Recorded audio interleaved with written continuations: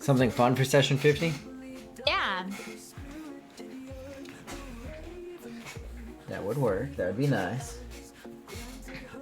So let's see here. Okay, so I got this up there. You think I'd get in trouble if I wore my makeup like this to work? Well, it depends on what you do. Probably fine. I mean, I work in residential substance abuse treatment, so Yeah, I mean, they've all looked way worse than me at some point. right? That's great. Okay, so we have countdown. This. So we actually did.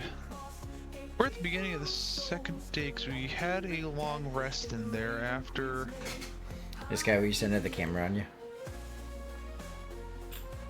So yeah, after we got all that platinum, we went to a long rest, and then that's the following mornings when I had that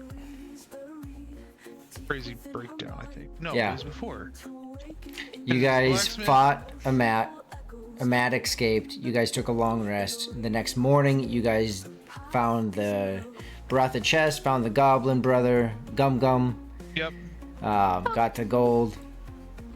And you're like, I don't know, halfway through that day right now. It's like noon. Yeah. You're over at the Temple of the Dawn Father, Yep. also known as Palor. And then the rest of them are at the Arcane Vault.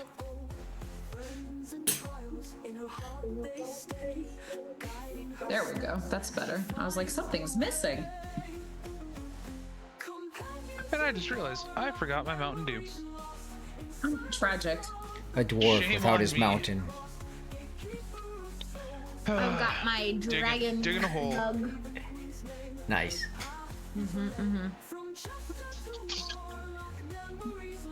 Is that a book reference? That mug? It is a Gen Con reference. Emily, you should see everyone else on stream right now if you want a real laugh. I did swap to my earbuds, by the way. How does it sound? Good. Yeah, go on to That's Twitch. fine, yeah. Yeah.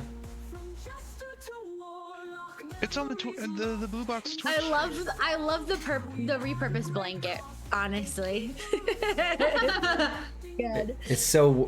I was scrambling for like 15 minutes before this, trying to come up with something. It works. It does. It works. It's perfect.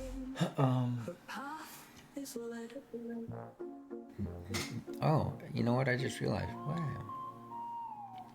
We've been video live too. Oh well. Yep, we have been. I did notice that. I didn't. We're no longer video live, but Oh. What? Oh, shame on you. I mean, I can put it back if you guys want. So, okay, so there we go. Oh, Ryder just disappeared. Espresso Unicorn says, "Hey, I was watching that." That's funny. Give it back. Yeah. But me. Give it back. Oh, Oh no, what do I do if my nose itches now? Well, that's a bummer.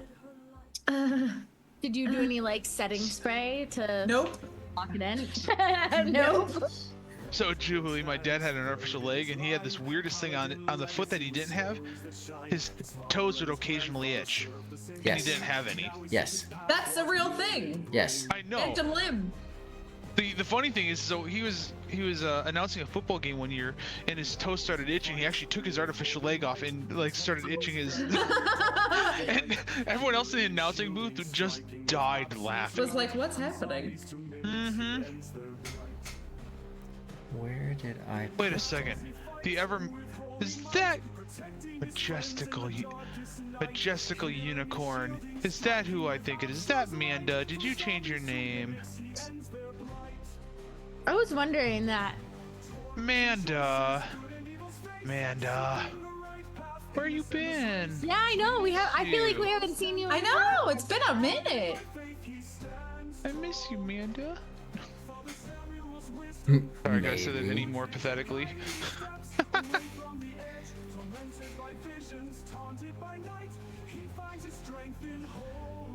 I mean, I kind of like the Depresso Espresso Unicorn name. Yeah, That is fun. fantastic. That is fantastic.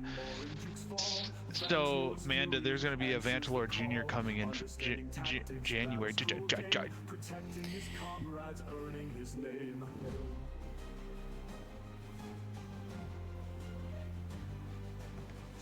I gotta ask Okay. Skylar, was the robe something that remember you telling already owned, or did somebody give it to you?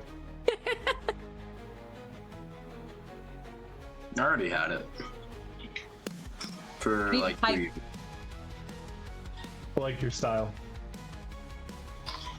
Hmm? I like your style. That's a bold choice to have purchased prior to this reason. Yeah, and then I have the little band, and that's supposed to tie it. It's just a cross.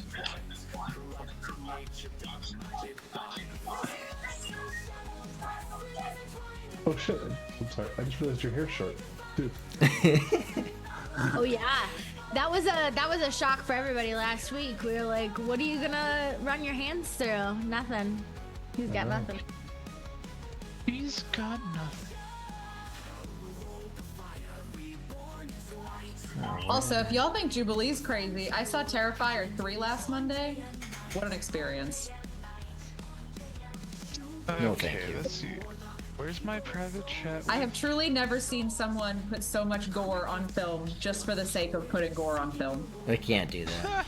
That is not my favorite. The story was non-existent. The storyline was horrific.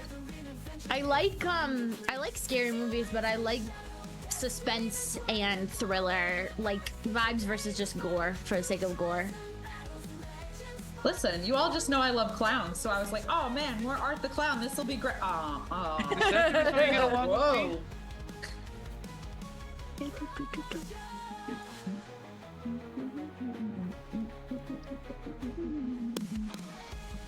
Where did I put this?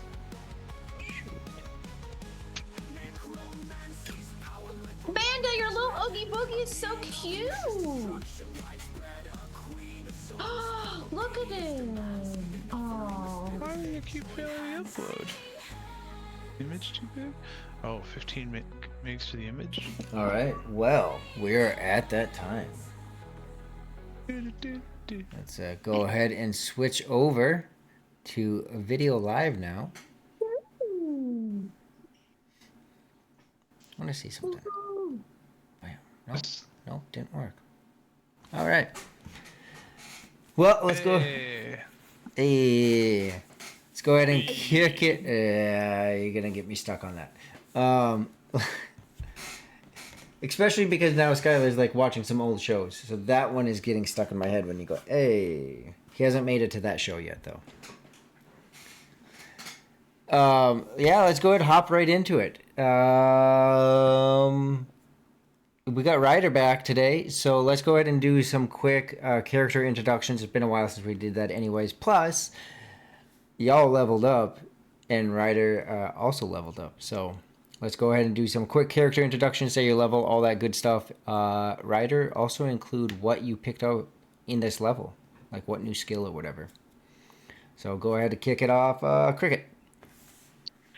Cricket is now a level 8 human druid and picked the lucky feat, which she then proceeded to use one of her 3 luck charges last session to try and pants Vantalork. And otherwise, she's feeling refreshed after a very long day the previous day and is enjoying the roleplay / shopping that happened last session. Vantalord. Vantalord is now actually dual classing. I'm got 7 levels of Paladin, 1 level of Barbarian. Chose the Barbarian feat for Barbarian because of the rage ability in the 2014 handbook. Very fitting, being that now he's kind of going down that Oathbreaker path. And I'm having a mental breakdown. Just That a won't- minor one. That won't get worse Just today. a minor. Minor. Oh, that'll get worse today. Fantastic. Yeah, for sure. Skylar, Raja. You're muted.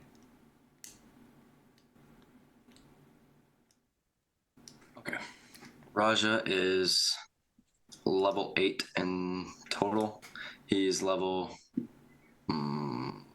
3 fighter, level 5 rogue. What did I choose? You chose the giant, the glyph thing. Oh yeah, I chose Rune Knight for the Yes. 3rd level fighter. Yep. So I have the Fire Rune and the Cloud Rune, and then I also got some Giant Smite. Yes. And yeah. Awesome. Jubilee. Hello, everybody. I am Jubilee. I am a level 8 reborn warlock. Previously a half elf, but then I died, and now I'm back, and I'm undead and living my best life. And last time I took spell sniper. I never take feats. I always take ability score improvements, and it's been like the greatest thing I've ever done, and I love it so much. You went from a whip to spell sniper. Remember the days of the whip. My useless little bard doing absolutely nothing except looking adorable in her sequins. That was all that was ever happening. Yes, those were Totally the to days. slay the dragon, not slay the dragon. And Rihu. Hi, hello everyone. I am Rihu, a level 8 monk. As of level 8, I just got some ability score improvement. So watch out with saving throws. Nice. All right, Vandalor, you want to kick off the recap, and we will go into an exciting session of I'm not sure what we're gonna do. Don't worry, we aren't either. Everything and nothing all at one time. All at once. All the things. Okay, so last session, pretty much it was shopping session, recapping of things. Vantalord went back to the blacksmith. She goes like she thought that I'd rush ordered it. Said my new armor should be done this evening. Zimri from the Trinket Trove kept asking Raja about his brother. Said that he may have made the chest of holding that we have. After a long rest, we actually went back to him. Speaking of after the long rest, Vantalord had a full mental breakdown during his morning commune with this new deity that's been messing with his vision, and showed quite a bit of aggression towards Cricket and Jubilee, kind of out of the side of his character. Snapped at Cricket, threw Jubilee's creepy ragdoll across the room, had some fantastic RP, went back up to his room to be in solitude while Raja, Cricket, and Jubilee were talking about the gear that Raja had and who should take each piece of gear. And then he started talking about Raja's master, Sultana Alzera, and we have a feeling that she may be the current Sultan of the Plane of Fire. After Vantalor came back down, he's like, hey, we should probably find a way to reuse those red gems from the temple that we were in, so we could potentially either go to the Plane of Fire or go to Dovek's Pass easily. And mental breakdown just continued. Poor Cricket and Jubilee getting the brunt of it. That's all I gotta say. We brought the chest of holding back to Zimri. He recognized it as his brother's and started pulling out more coin than we thought that we had, especially after Vantalord kept shaking it with Rihu and Raja, just trying to get everything out of it. His brother actually did pop out of it, and we got a ton of gold. He quoted us for making a custom extra large bag of holding and some rings of forever breathing, which Rory decided to try having charges, and we're like, no. He said that there was no charges. It just worked. And finally, the group split up. Vantalord went to the city cleric. The others went to the arcane vault to potentially look for other stuff like maybe tuning forks, rings of fire resistance, things that could potentially be helpful. Maybe some healing potions. We don't know. And as Rory said, it's probably like noonish, maybe. Yeah, somewhere in there. Yeah, just to clarify for Ryder too, because he wasn't there, we are getting these rings that allow you to breathe inside a bag of holding. And also, yes. And also, he's making us a bag of holding that the opening is large enough that humanoids could fit inside. So it could be, Excellent. yes. Yeah, we're just causing chaos. Don't worry. Yes. And that is where we pick up. Let's go ahead and start with Let's start with the heavy. Vantalord. Well, You find yourself at the door of the temple. it's The Temple of building, Dawn. the building is massive in size. Beautiful in its sculpture. I mean, this is like what you'd see in the old stone Catholic kind of large buildings, right? Just a magnificent piece of artwork, if nothing else. And you stand before these like 10-foot doors, really wide, thick. You can just tell looking at them. These are some thick, heavy doors. Like everything about this place is exaggerated in its essence.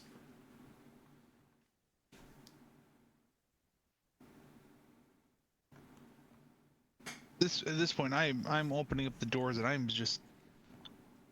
I'm having like full on like kind of argument with yourself. You ever seen like people just like totally doubting life, just talking to themselves very erratically, you know, kind of do that whole split personality, like what's going on here? You suck type deal, talking back and forth, and that's how I'm gonna enter this temple. Okay. Throughout all of this like erratic talk, and I'm just like, okay, whoever you are that's trying to enter my visions, who are you? Where are you? Mm-hmm. Why are you only talking to me during certain times? I need to know what you have. What's your plan? Like, how do you want me to serve? Or how do you want me to at least prove my worth? Mm-hmm. As you begin to walk in, the doors are, although heavy, you can move them. They're not latched, not locked. Your strength, you're able to pull it open. You look on the inside, and it looks even larger on the inside than the outside gives credit for. You instantly pay admiration to the stonework that's all throughout this place, even from where you stand, especially your stature to the ground. You just see the perfect flooring and everything that's etched out here. Pristine and lit, like the whole inside just illuminates with light. Some seems natural and some seems unnatural, or perhaps holy in essence. Probably a good 50, 75 feet away, you see on the other side where the main pew is, not the main pew, but the main speaking area is at, the stage area. But You see a woman down at that end. Definitely a cleric in style. White robes. As you begin to walk in, you feel a weight upon yourself. Almost a sense of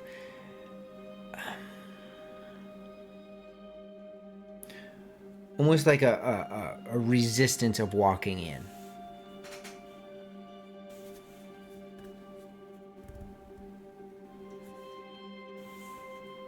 It's not preventing you, it's just a heaviness that's almost like a resistance to walk in. as I continue walking in, does the resistance keep growing? No, it's heavy, it's present, it's like a really noticeable tension.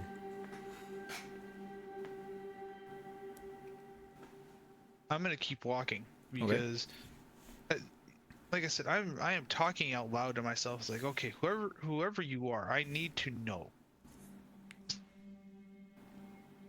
Whatever is occurring, you've at least shown me, kind of, that you're there, Mm-hmm. but not nearly as much as Apsu had.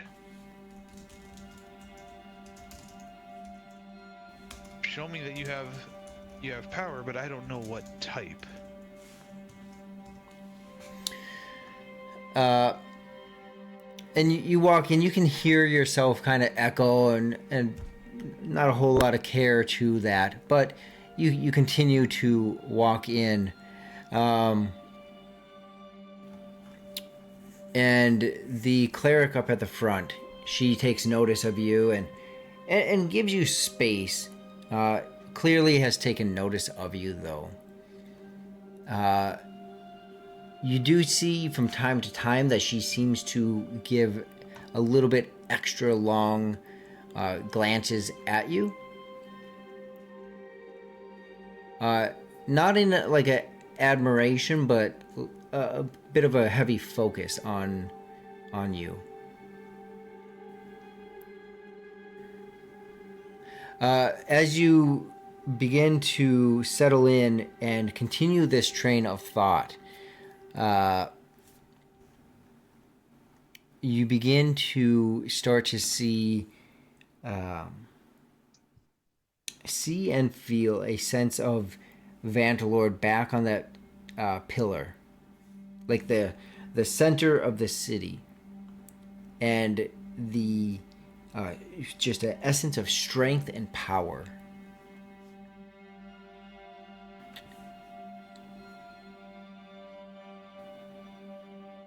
As that feeling of strength comes in, for me it begins to feel like relief, because being a paladin, trying to use the strength of the religion and that devotion to protect others, it's, for myself, that's a feeling of peace. But the power makes me feel a little bit torn, because like I said, with the way a paladin, everything that's been leading up is power should come from serving others and protecting others, but not being useful to overpower others unless you're in a combat. So with that feeling, I begin to feel more internal indecision.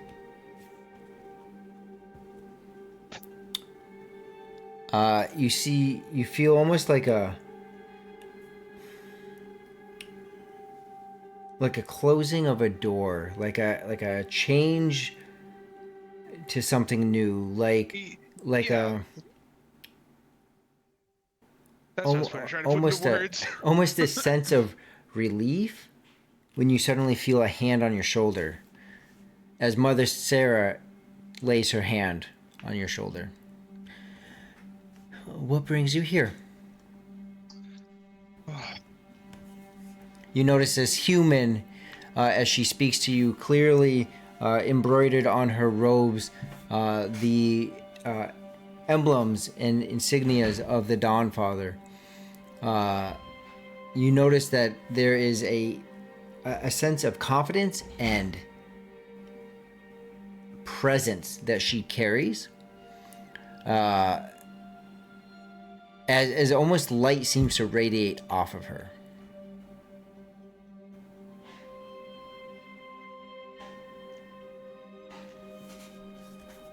As she says that, I kind of turn to silence.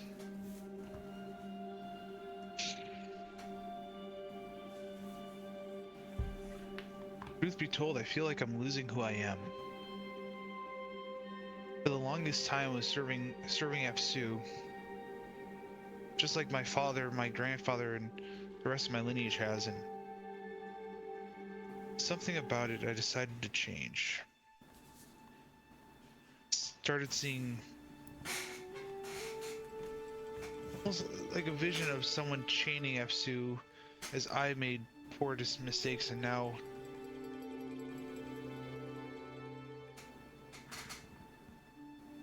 the last vision I saw of him is me telling him that on my own strength I'm choosing to serve someone else, and now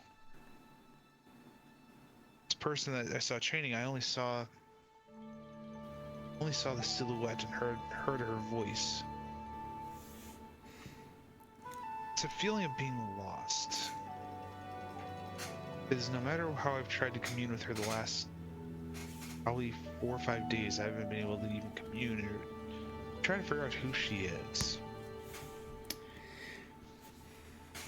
Mother Sarah adjusts her robe and she reaches her hand down. She's in her mid-50s, so she got a little bit of age to her, and but she's still got that kind of spunk. She slaps your thigh like, scoot over. Sits down next to you. You know, it can be difficult deciding which way to go.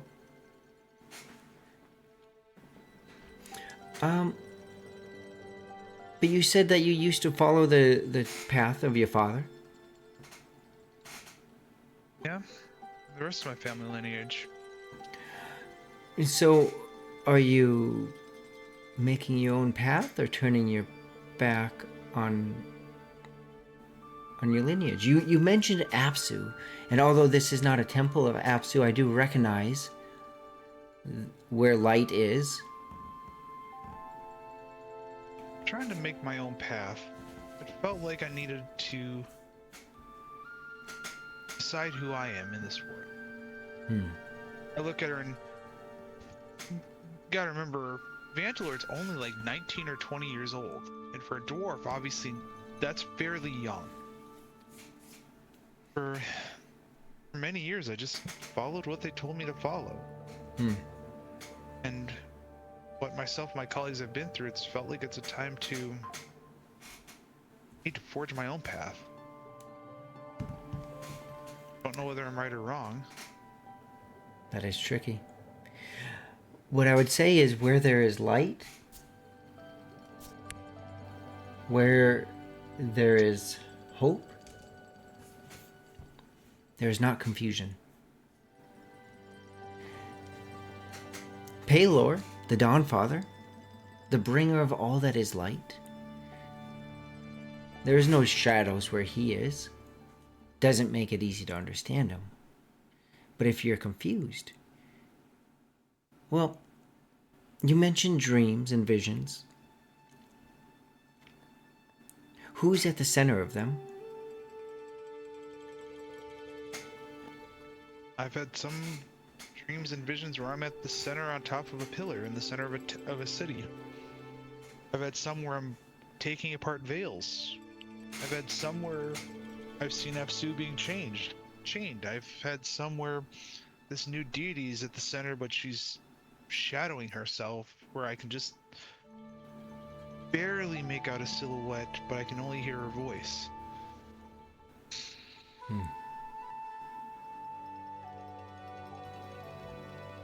I see. Well, you are welcome here. Perhaps some time here will help alleviate your stress and concerns. But in this world, do be careful. If I may ask, when and where did this come on? Why did you cut a new path?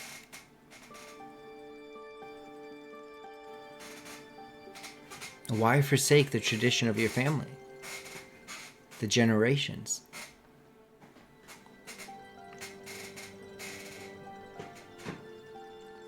Well, just as I've grown and I've adventured, I've begun seeing that sometimes it's good to start something new. I don't know, maybe about 2 weeks, 2.5 weeks. I see. All started with trying to free captured souls from a cursed circus, and it just slowly started getting more from there.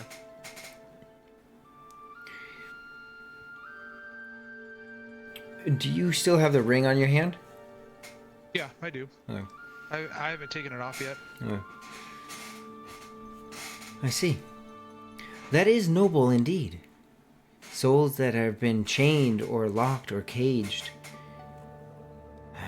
Devious things indeed.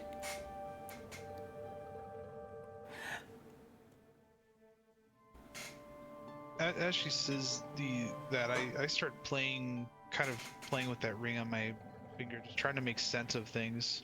You know, like, I'm sure you've every once in a while, just kind of played with it, just thinking out loud, something to focus on.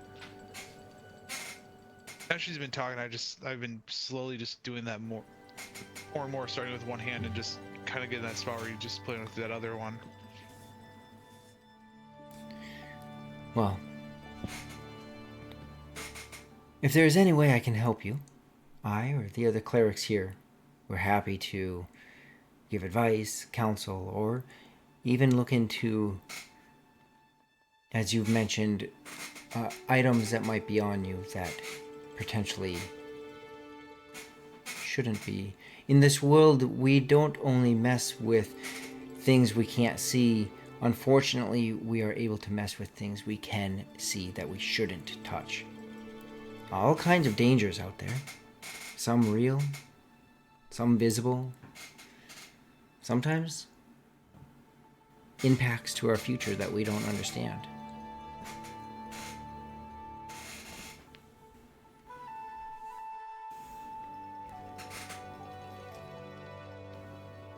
As she says that, I look at the ring. I'm like, I don't know if this is what started it or not.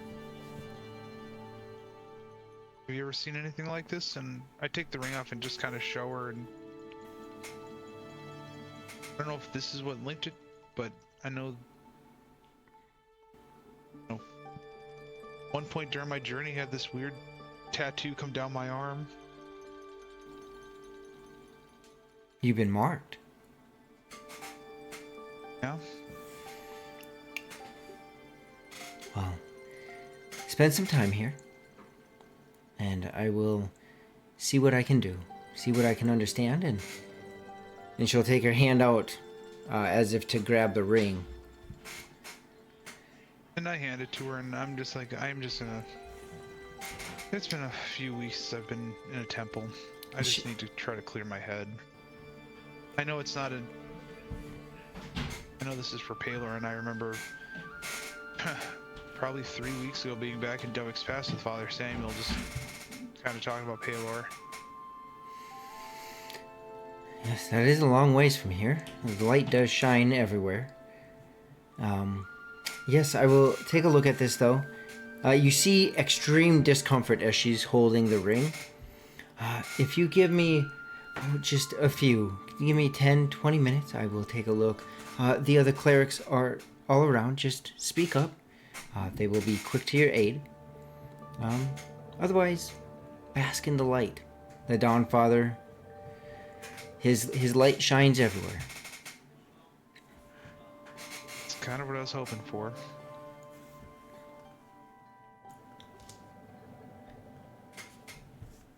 Before we transition, is there anything in particular Vantlord is wanting to do?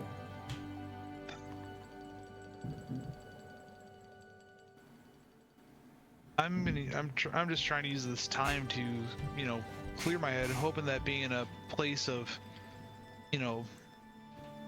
like Paylor or another deity would hopefully pull it out. So just using this to try to at least focus my mind. Being that paladin upbringing, all this should feel like a comfortable place to be able to do that. Especially not being disturbed by, the colleagues. Yep. And everything about you, I mean, that's true. In this place, the serenity that's in here, the sanctuary that this place is, yet you feel this juxtaposition. You feel this paradox between like that weight and that tension that's on you and in you is heavy and burdensome compared to the environment that you're in. So as you resonate in that and find yourself there,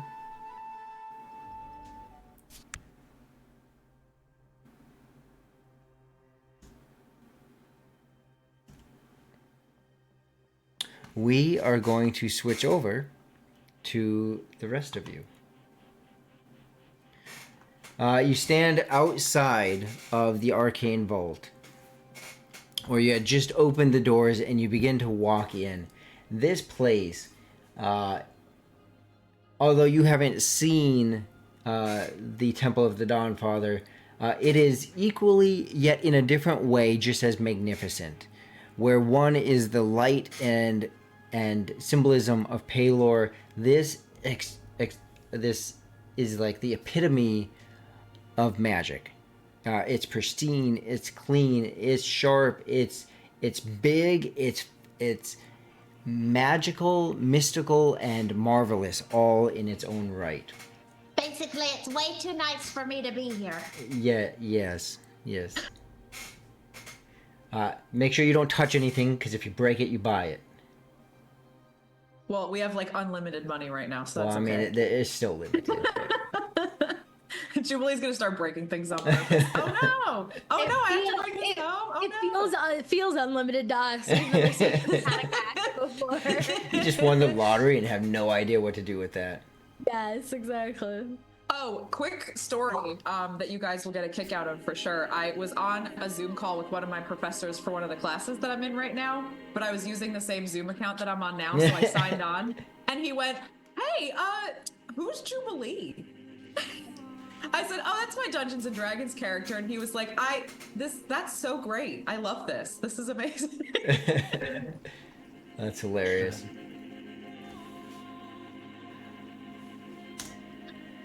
So Did you say before that there was like a person, like shopkeeper person who greeted us? I feel like I Correct. remember.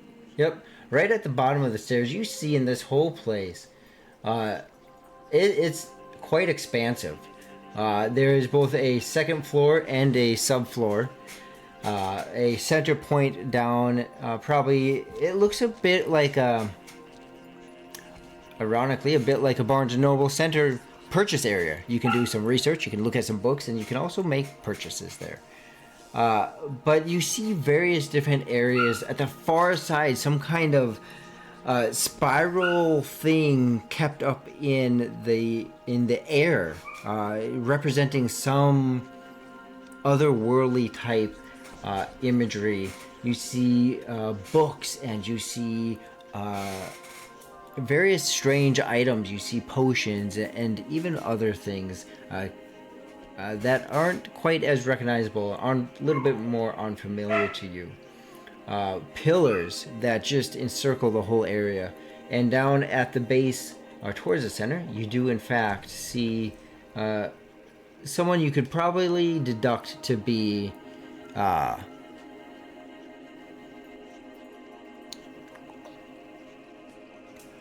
think you told us his name. Aldrich. Aldrich, yeah. Yep. I've got it in the notes for session 42. So you do see Aldrich at the bottom. Cricket is just gonna like look at Jubilee and then look down at her very dirty clothes, because like also we don't have very nice things.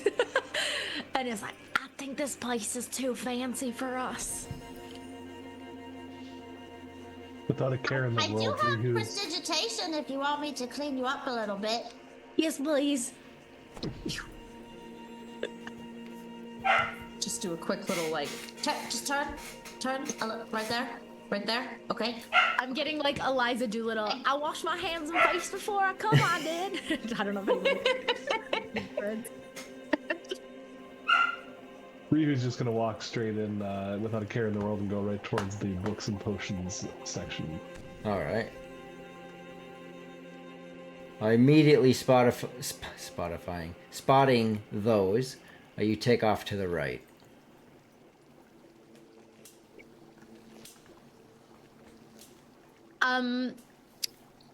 I'll go up to. I'm guessing Aldrich kind of saw us or like clocked us or something. You can tell that he pays a pretty close attention to anyone walking through that door, either direction. Does he look like somebody who I could ask for help? Yes, he is the red shirt in Target. Like, he is clearly the knowing guy here. All right. Well, then I'm gonna go up to him. Hi there, sir. We're looking for some specific magic items, and this place seems pretty large, so I'm wondering if you can help us find what we're looking for. As you get closer to him, you can tell that he's human and clearly a wizard of types. Just his adornment and what he's wearing, clearly he's got a couple wands on him. He does look to be rather old, still in good shape, but much older than you would expect a human to be. He, although old, like I said, he's still in good shape, so he still holds himself together. He has kind of an imposing figure, being slightly taller than you are, Cricket. He still has a strong stature to himself and a strong continence to him. and a bit of an aura that exudes not quite arrogance, but maybe too much confidence. Like he knows his stuff and he knows that he knows it. I'm sorry, you said you're looking for what? Well, we're looking for a few different things. First of all, any chance you have anything that might be able to protect us from like fire or, you know, getting hurt by fire? Well, I mean, for the most part. First off, I should say, welcome to the Arcane Vault. This is my store. You can pretty much find whatever you're looking for. It seems like you have a bit of a hot adventure ahead of you, if you know what I mean. Let's see. You said fire resistance. Yes, I do have various different types of resistance items. It kind of depends on what you're looking for. Clearly fire, though. Why fire specifically? That's kind of an odd ask, though. I do have it. Well, it kind of aligns with the second thing we're looking for, which is, do you perchance have any tuning forks for sale? Like we could use for plane shifting? I see. I think I know where you're heading with this. I do. I have quite a few items. This definitely isn't a... and you see him peek over your shoulder and even take a glance over at where Rihu went. This isn't a second-hand store by any means. Everything here is of the highest quality. You get a little bit of a Pretty Woman kind of going on. I was just gonna say, is he like judging us for Oh, how hard. and think we have enough money? You very much feel... You got the whole Pretty Woman vibe going on right now. Like you don't rate to be in here. Listen, sir, we're trying to save the world right now, so we could use all the help we can get. I see. Well, as far as any kind of planar travel equipment, you'll definitely require the proper attunements. There is a... I mean, you can use a tuning fork, you are correct, and I could attune that to the right plane for you.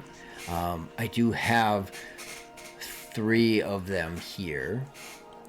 Simple items. It's the attunement to them that's more difficult, not the tuning fork itself.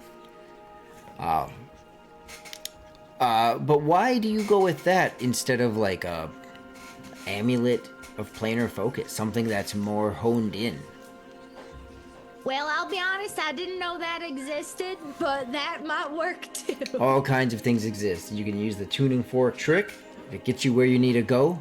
It can be a little bumpy getting there, though. Kind of popping you up in unexpected places. Well, what's this amulet you're talking about?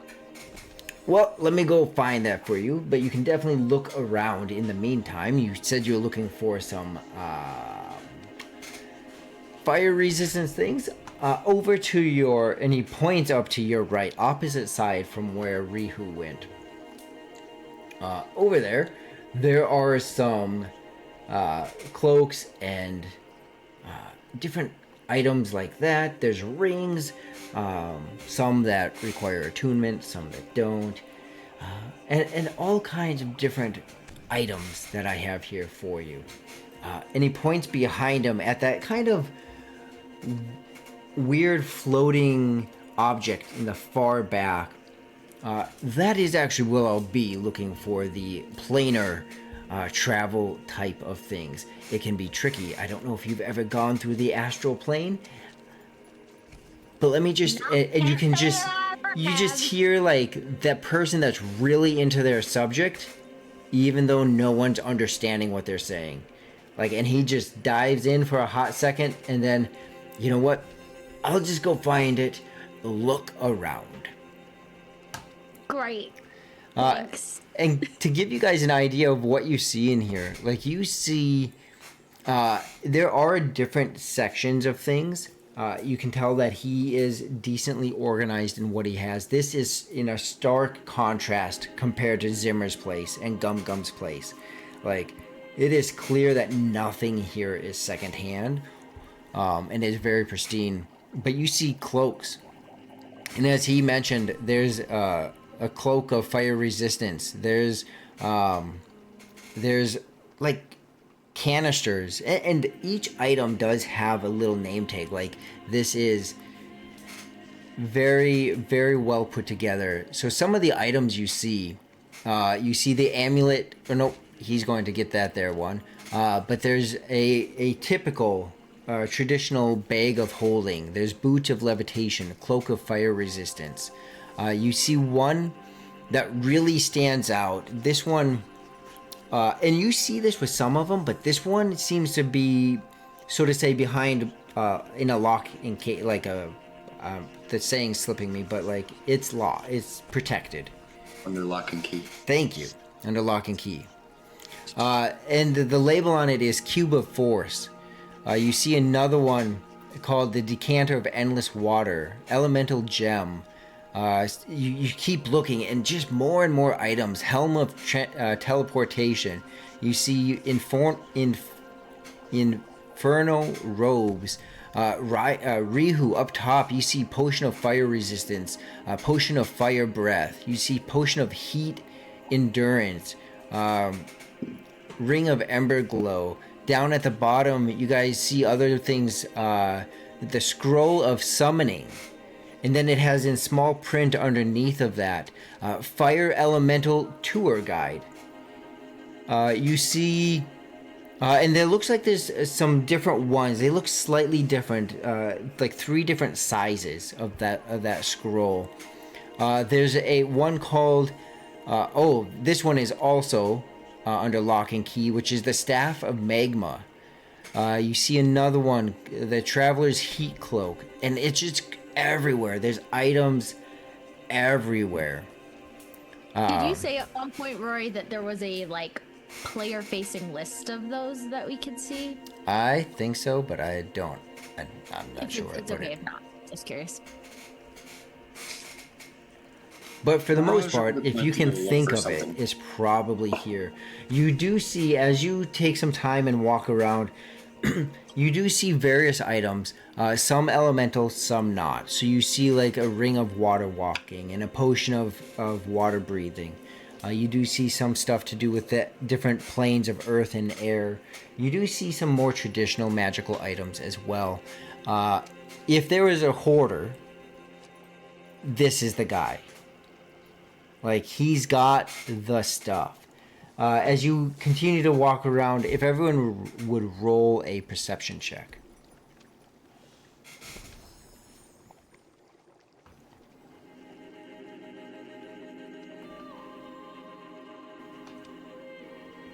Very solid roll for Cricket. I got 20, but not natural. Okay. 23. Nice. I got an at 1. Nice. Oh, wait, 24. Sorry. Plus 7, but it doesn't matter. It's an at 1. 19. 19. Vantalord. I'm not with that. In the Oh, that's right. That's right. There's all kinds of gadgets. Some mechanical in nature, some very much otherworldly. You do also see, especially around the different elemental type items, you see, whether it's a spoof or not, you see these traditional style type of lamps, whether they're like a genie lamp, basically, right? And they don't have a label to them. They almost look to be aesthetic, but they're very, very nice. So they might not be aesthetic, but they don't have labels on them.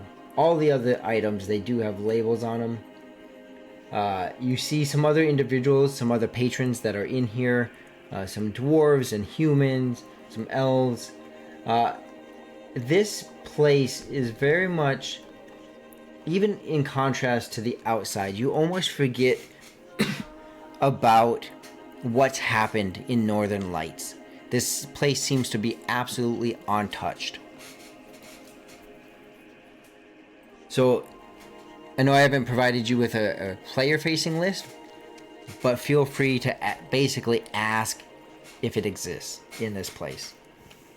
This guy seems to have stuff. I was just looking for anything cool. That doesn't help. So that means cool swords, cool weapons, cool armor, something that Raja would wear. Well, when Raja... Now that Raja's in a fancy place, Yeah, he's become better than everybody else. gotcha. So do a little bit of searching, aka search on the internet. Do a little bit of searching of canon magical items. Of And what? Canon? Yeah, like not homebrew. Oh. And see if there's something that you would like. All the basics are here. So if you're looking for healing potions, they're here. Like the real basic, mundane, magical stuff, very likely to be here. Okay. Well, I'm also gonna practice my snobby rich person accent All right. while I do that. I didn't know Raja had a snobby rich person accent. The money has made it occur.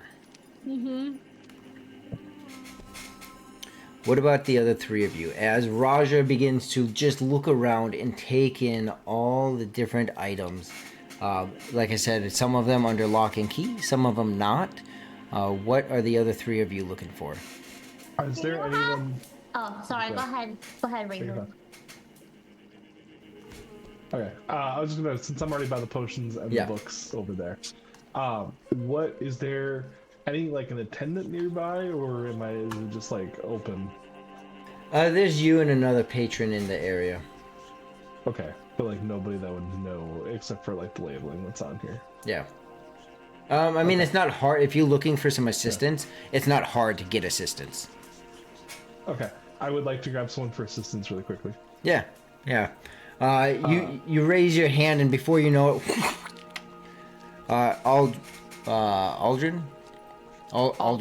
Aldrich is right by you. Okay. Well, first off, I will take. I believe you said there's a potion of fire resistance. Yep. And this, I will take all of your fire resistance. Well, how many fire resistance potions do you have available? I should ask. Well, I actually have 5 potions of fire resistance available. Now, you should know that these do grant you fire resistance for 1 hour. 1 hour. Yep. Okay. Now, they can be really handy, especially in a little bit of a bind. Now, your friend back there had mentioned that you may be traveling to a plane of fire. Potentially. So if you go there, you should be mindful because if it wears off while you're there, you will assuredly die very quickly. As long as you have the resistance, you'll be okay. You'll be hot. You'll be sweating. You might need something to drink, but regular water will not last. So you're going to want my decanter of endless water. That way you can ensure you stay hydrated. And you can tell he's upselling you, but what he's saying makes sense. Does that decanter work, or is there any limitations to it? Or does it always have water? It will always have water. Now, I do hear from one of my fellow companions that when he traveled there, if he would pour the decanter into like a cup, there would be no water. It instantly was gone. Water does not exist on this plane. But if you pour it directly into your mouth, with your lips around it, then the water doesn't get exposed, and you get the water. Understood. Well, Now- I'll absolutely take the decanter. Well, I can definitely get Understood. that for Are you you. ready? Now, I should let you know, though, I do have rings of resistance. That way they last. Listen, I wasn't born yesterday. I know there's rings. I know there's cloaks. Okay. I You would want the like both. potions? I want the potions as well. Now, I just have one more question for you over here. While we're looking at this magnificent, amount of items you have, What are any of these books good in practical use or just knowledge? I mean, what do you mean by that? Both? Okay. Sorry, I should have. The way I'm thinking is I probably should have phrased that differently, but yeah, it's okay. Yes, so I will take the decanter, I will take a ring, and I believe I heard there was a cloak of fire resistance. Now I'm assuming a shop such as this has both. You know, You want the ring of fire resistance and a cloak of fire resistance? yes. Now you can. I'm not gonna stop you, but they don't enhance each other. It's fine. Okay.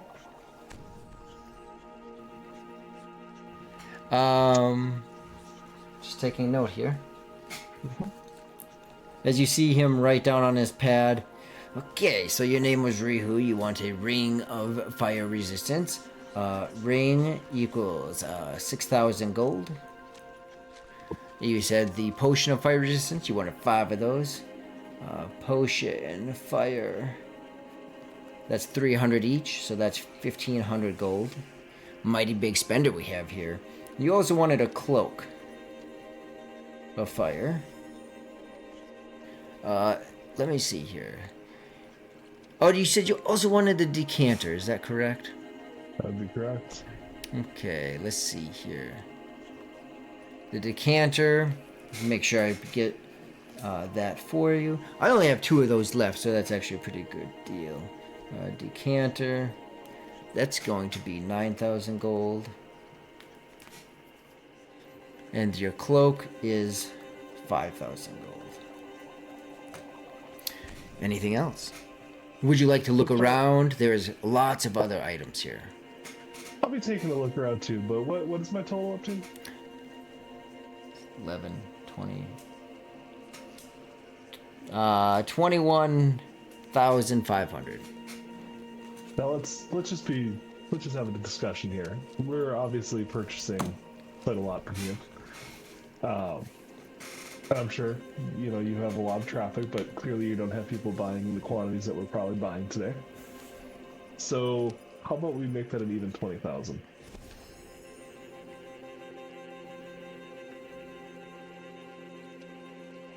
Go ahead and roll a persuasion check. I rolled high. Hold on. Okay, that was a 19. 19.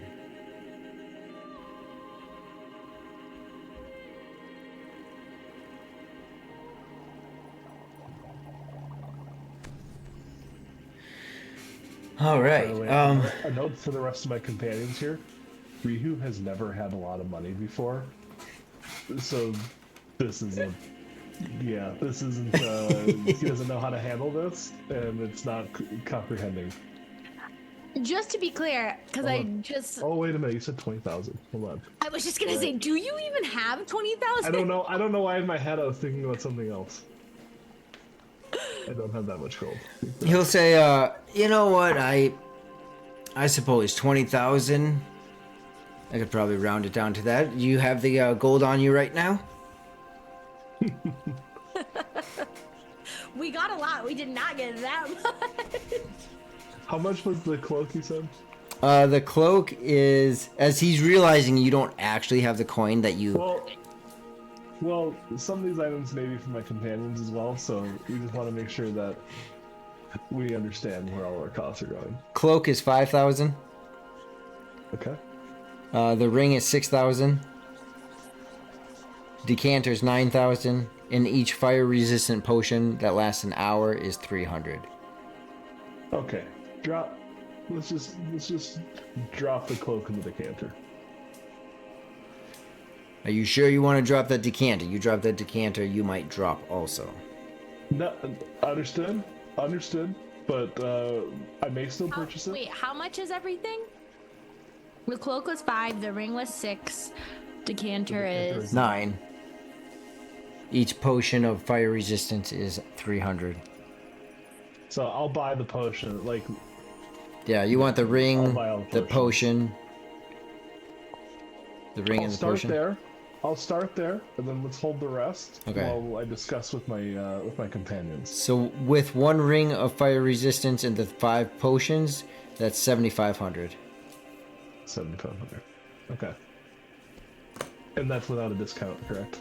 That is without a discount. I mean, we were going to go down to 20, so 7,500 off this first purchase. Does that sound fair? We'll see where it goes.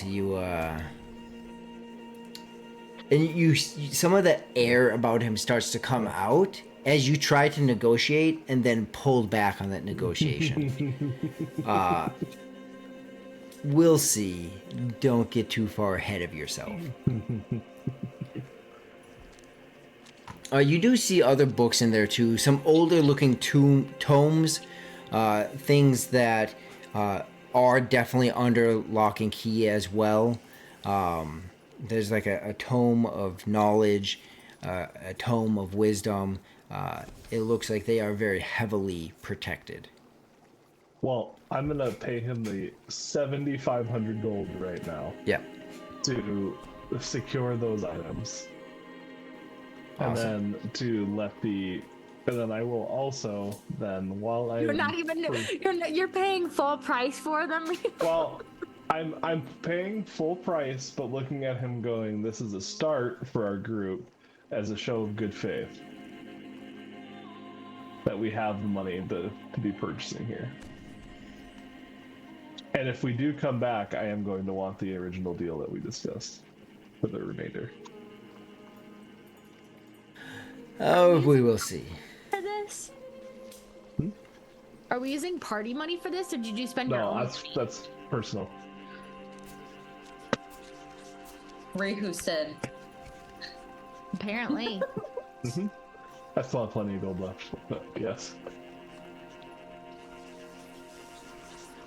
Ah, the life of a circus performer. I am broke even with a lot of money. The life of a business owner. I spent all my money on my sheep.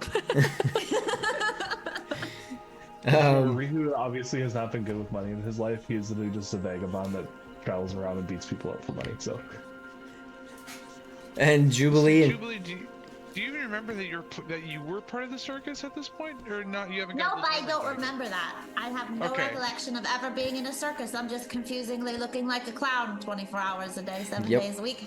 Not really sure why. Okay, I was just making sure. I was like, did I miss something? And I've been here No, the it's entire just time. my face. Jubilee and Cricket. As you walk around, you see Rihu engaging, and it's not overly hard. It's not easy to hear each other, but not necessarily hard.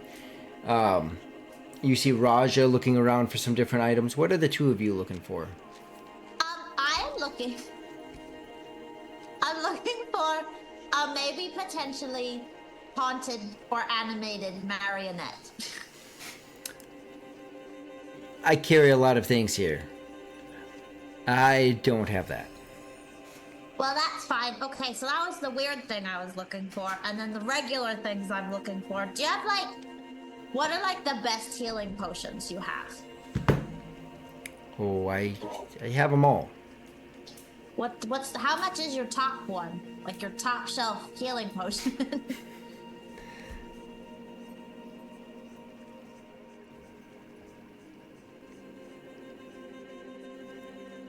Let me go look. And you see him like a shimmer as he reappears in another area.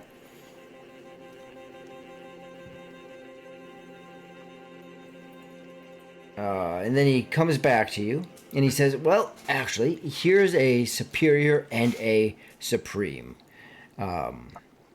The supreme here, this one will pull you back from pretty much anything. It will heal you quite a bit. It's 10d4 plus 20.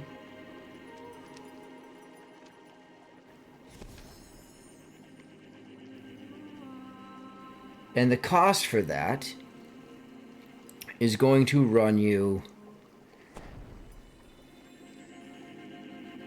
about 7,000 gold.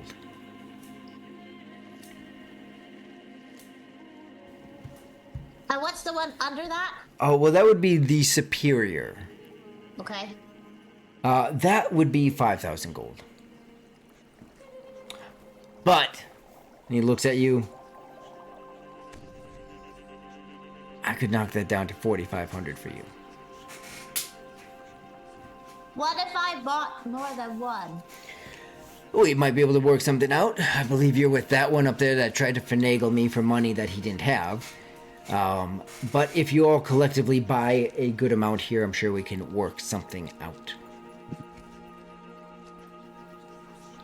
Well, that just seems really, really expensive. Because we have some really important stuff to do. Yes, a and, lot of people say they have important stuff to do. Yeah, but like we're doing world-saving stuff. You'd be surprised how many people also say that. Okay, well, I just feel like thousands of gold for one use is a little much. Imagine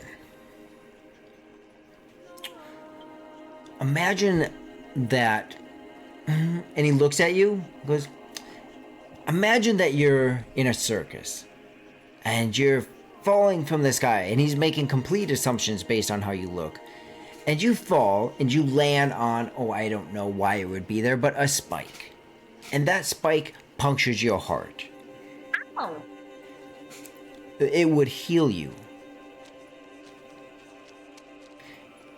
Now, as long as you're not dead, it would heal you.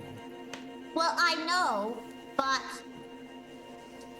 I feel like we need it.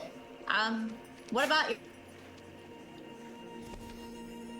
your regular healing potions? Do you have like the standard ones? I mean, like just the real basic ones? Real basic one Or is like, going to be like the 45 greater healing gold. potion? The greater? Yeah. Let's see here. That one, and he reaches into his pocket, pulls out a potion. Clearly, it's an extra dimensional pocket. He says, well, that one's going to be about 250 gold. Okay, I'll take 2 of those for now. Okay, and that's going to be 500 gold there. We'll just go ahead and set that off to the side, along with those other items. Okay. Now, I do have a big array of items here. Please look around. Go ahead, collect up all your items on the center table. Don't worry about grabbing things that you don't end up wanting. I'll make sure they get back into their rightful place.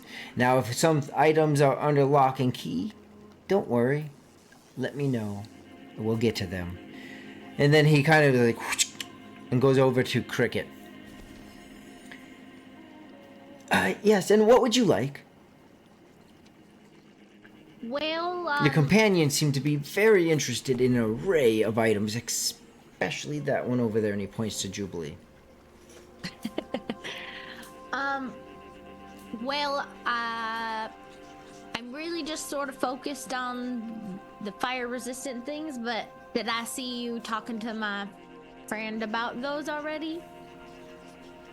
Yes, a kind of fire-resistant potions, some cloaks, some rings, the water. There's also, I mean, there's a big variety. Like, what is it that you desire to have? Well, I'll be honest. I'm I know it's a little bit out of my overwhelming. element. Yes, I Yeah, understand. It's a lot. I'm a pretty simple person. Like this is a lot of stuff that I don't quite know where to start. But I guess something that might be useful. Do you have any sort of teleportation stuff? I feel do. like I heard you say something about it. I do, and in fact, he pulls from his pocket from when he went back to that back area, what looks like kind of a planar travel type of setup. In fact, I do have the amulet. Actually, I got a couple amulets here. Didn't mean to grab this one, but no worries. This one allows you to travel to different planes of existence. It's a bit more, not just a bit, it's much more honed in to where you want to go. Certain places, like the elemental places, are much more restricted. They have anchor points of entry, right? But let's say, for example, that you went to the plane of limbo, or you went I to the didn't even know there was a plane of limbo. right. I mean, there's all kinds. There's the planes of the nine hells, or the abyss, or the limbo. And again, he kind of starts to dive into just explaining the whole universe. But when you come back to Greyhawk, you can pick where on Greyhawk you come back, as long as you have familiarity with it. Now, with those tuning forks, you return from where you left.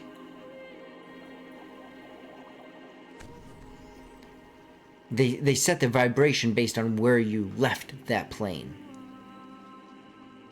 But with this here amulet, you could be more precise. Is it just the one amulet for one person, or? Oh no, is it takes a group. like, how much does the amulet cost?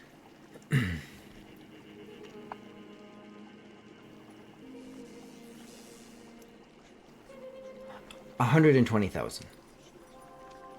Well, I don't think we can afford that, so that's not happening. What about the Yeah. tuning fork? You said you had a couple of just plain tuning forks. Yeah. You said that $100 each. 100? $100 each, and then the precise enchantment would be another $200. So $300 each.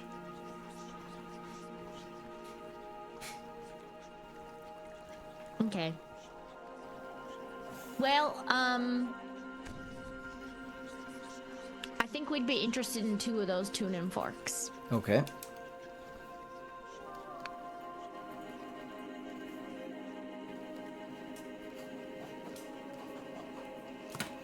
Anything else? You said teleportation you were looking at. Well, that was one teleportation. We also have the Not interplanar travel, but just like gotcha, between yes. places on the same plane. Oh, by the way, I also have the goggles of night and the flame walker boots. The helm of elemental binding. That one's a pretty nifty one. But yep, this is what I was looking for here. The helm of teleportation. Similar to the last one I just explained, except you can teleport within the same plane. Again, the more familiar you are, the better.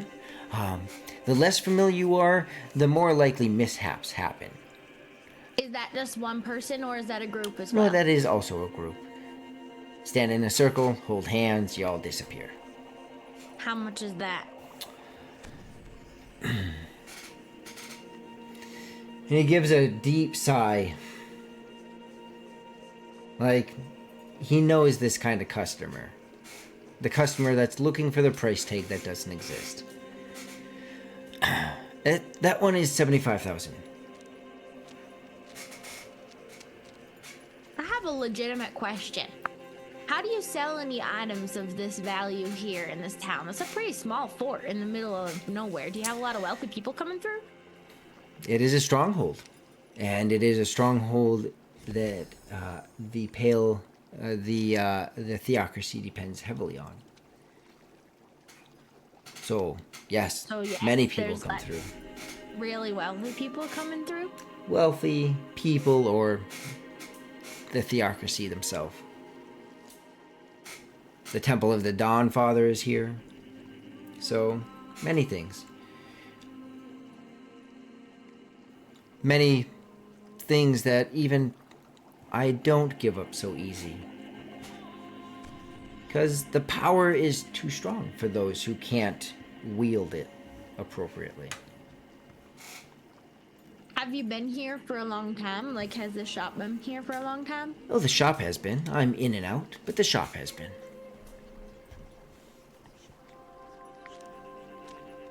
Seems like quite a destination. Oh, yeah. It is. All right, well, you answered my Anything questions. else that you would like? Just the 2 tuning forks. That's it. Yep. You don't want the rod of absorption. I don't know what is a rod of absorption. Do? Pretty amazing. But then again, you are... Never mind. You probably wouldn't want to use it. All right. All right. And he's not overly. It's odd. He's not heavy-handed about his. It's very polite, backhanded comments that he's giving. It was very much like. Oh, I'm picking up what he's putting down. It's very much like, Ever oh. insight. Listen, she's not gonna mess with somebody who's like that. It's like, oh, you're a druid. Never mind. Without saying that. Listen, I can it- shapeshift into a bear and cut it and bite his head off right now. All right. She knows. We'll hop over to Raja and then back over to Vantalord.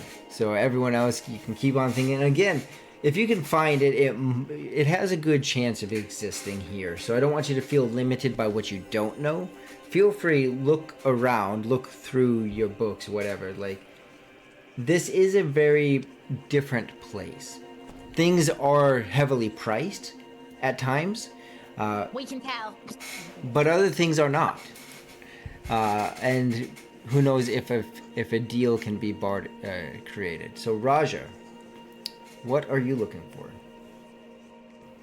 And perhaps I'm not sure if you guys know what your end plan is to know what to buy. And he kind of says that too as he's leaving each of you, like, what is your plan? And he goes to the next one.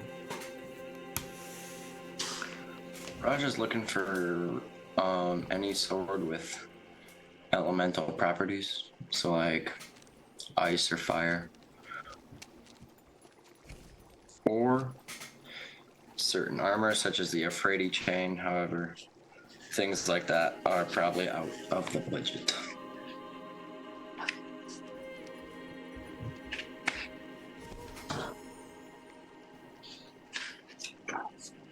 And then Raja's also gonna keep his eye out for anything that's like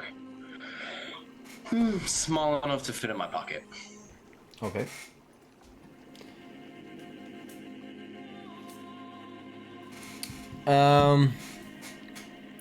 He comes as he walks over to you, and you kind of explain the flair of things. What's that?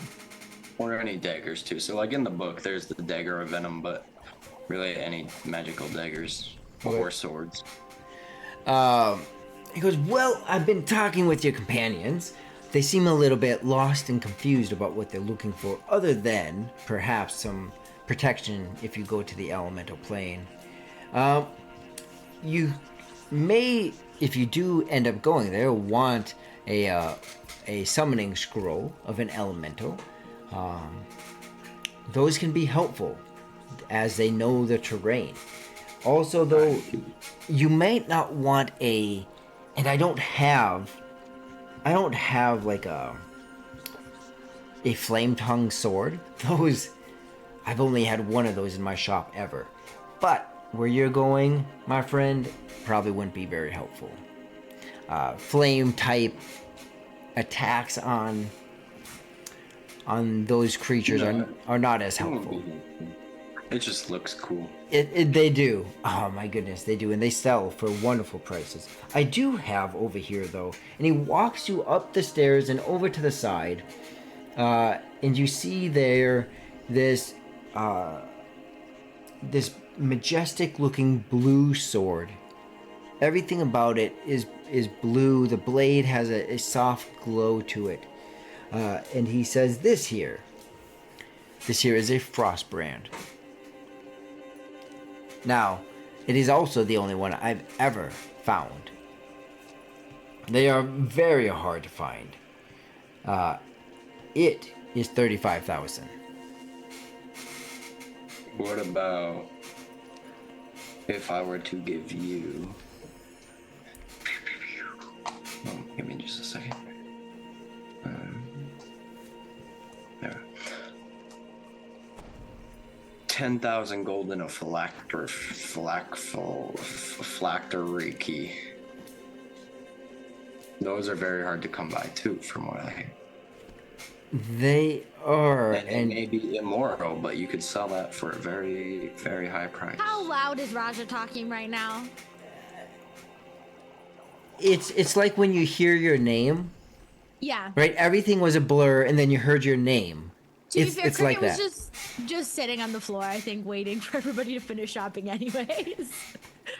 As soon as she hears him say that, just gonna go up to him and pull Raja to the side and be like, "Oh, Raja, I don't think you should be selling that phylactery key. That's not like a thing that is a bargaining chip for stuff. But it might be. But we need to keep it, because in the wrong hands, that's like will ruin the entire plan. Okay. Just saying. I'll go back over to him. What about this pretty cool necklace I got, huh? What's the necklace you have? The Amulet of Shifting Veil. Well, if you give me a minute, I'll take a look at it. What does it do? Basically, putting it into simple terms, I can teleport through walls about roughly 150 feet away in any direction I want. That is interesting. But I haven't really used it at all. But I got it off of a lich when I was trying to chase her through a portal. That wouldn't have happened to be the same one here. Were you the one in the big fight here? I was indeed. You were. And I got this pretty sick necklace off of it. I see. Well, thank you for. I heard actually some rumors about her. Something. Some of her minions were here a couple days ahead of her, kind of scoping it out. Must have been something here that she was looking for. Honestly, I just kind of ensured my stuff wasn't taken. That stuff in the wrong hands. This stuff in the wrong hands is disastrous. Yeah. But yes, I mean, we have. I could probably. I'd probably take that for 7,000.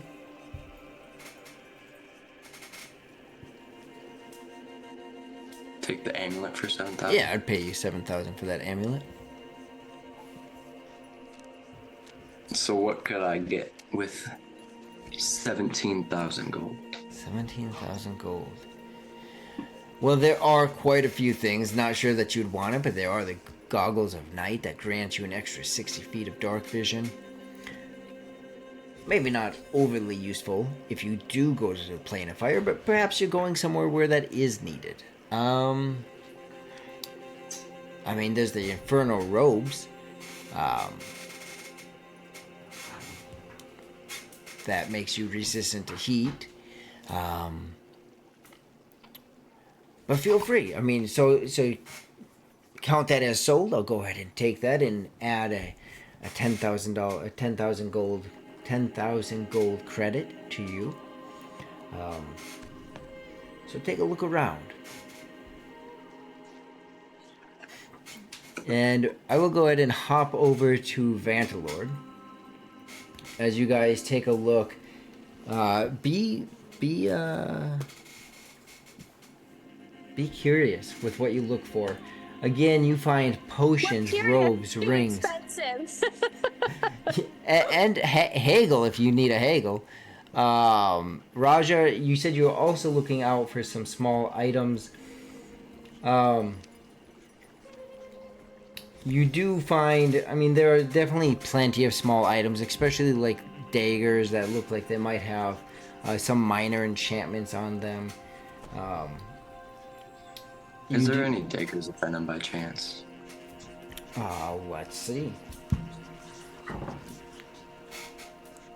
As you ask him for specifically the dagger of venom, I'm not asking him.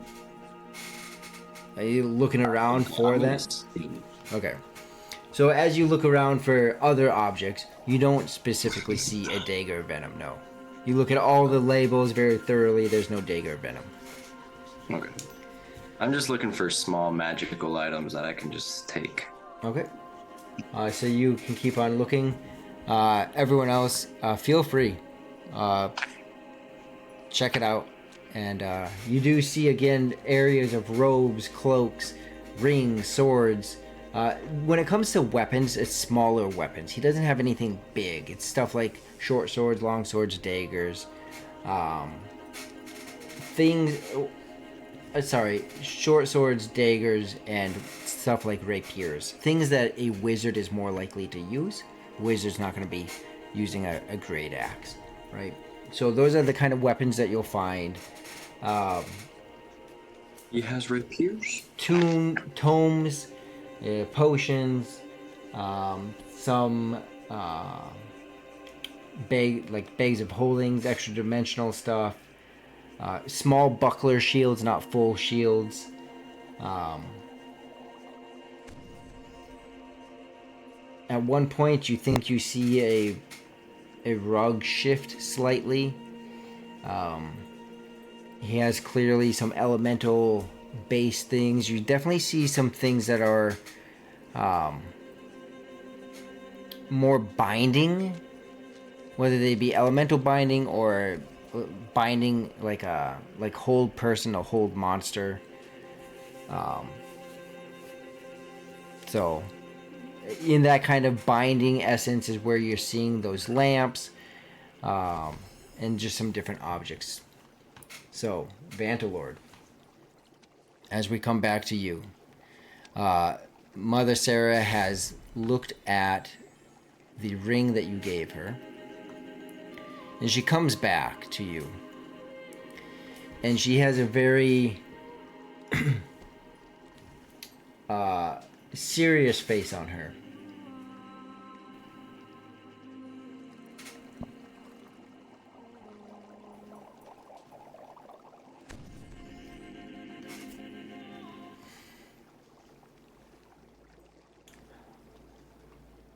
As I see her come back, I kind of just look up.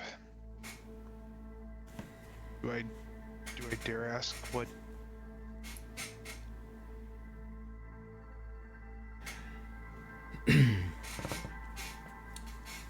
You can go ahead and have this back. She says that I take it and I put it back on. And perhaps in some places the light doesn't shine.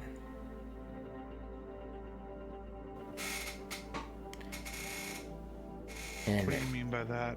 I am not sure who you made this pact with, who you made this deal with, or who you sold your soul to. But it was no deity of light.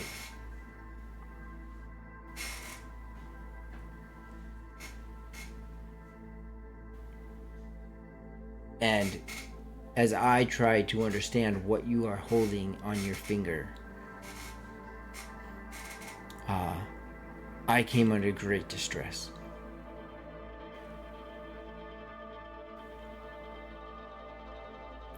And it is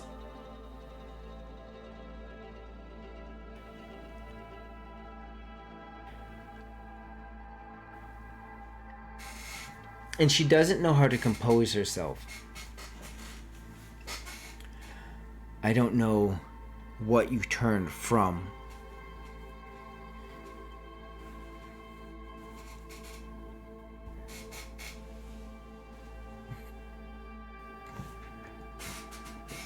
Or what you're turning to.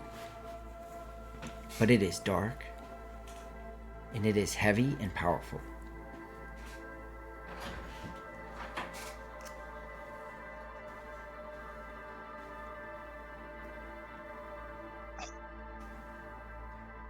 As she says that, I get up from it, I kind of look at her, discuss, I'm like, what type of cleric are you? And I start walking out the door. Trying to at least be able to help me a little bit. She calls out with a strength in her voice, in a sound that it's like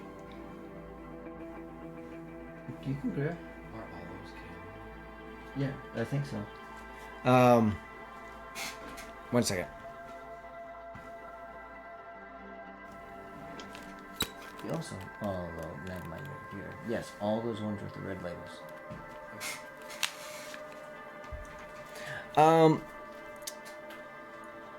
Yeah, it's like the sternness of your father before you left on your journeys, the sternness that a dwarf can deliver, of just this abrasiveness, but not, if another person heard it, it'd be like, how cruel, but it resonates inside of you. There's a familiar touch as she speaks up. There are elements and things we don't mess with. And as a paladin, you should know better than to have messed with the things you touched. It is to the extent that I can't tell what holds it. And there are not many things that I can't discern.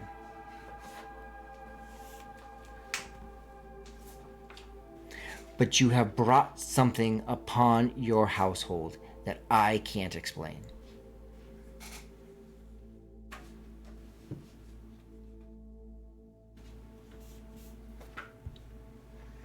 Slow fade when trying to help people out.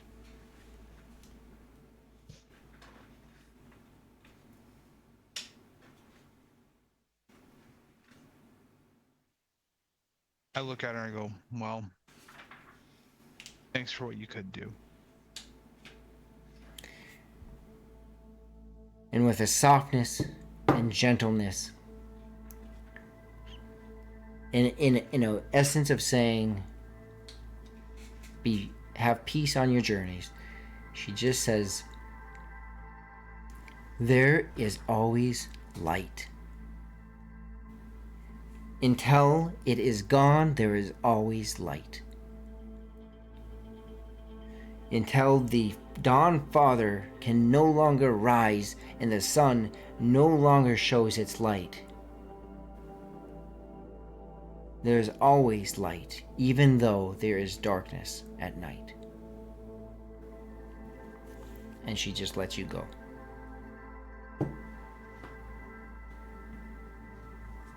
I start walking out of the temple, just shaking my head at myself. Just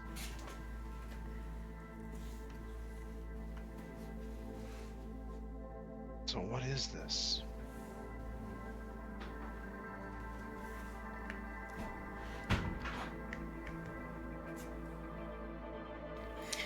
As you walk out of the temple, you start to question yourself.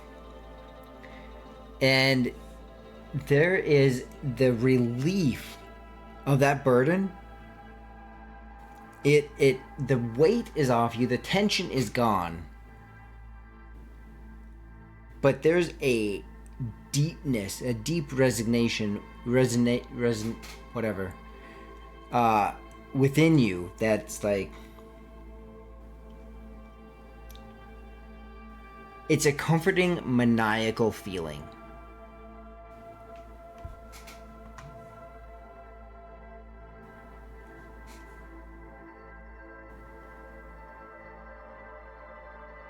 As I leave the temple, I'm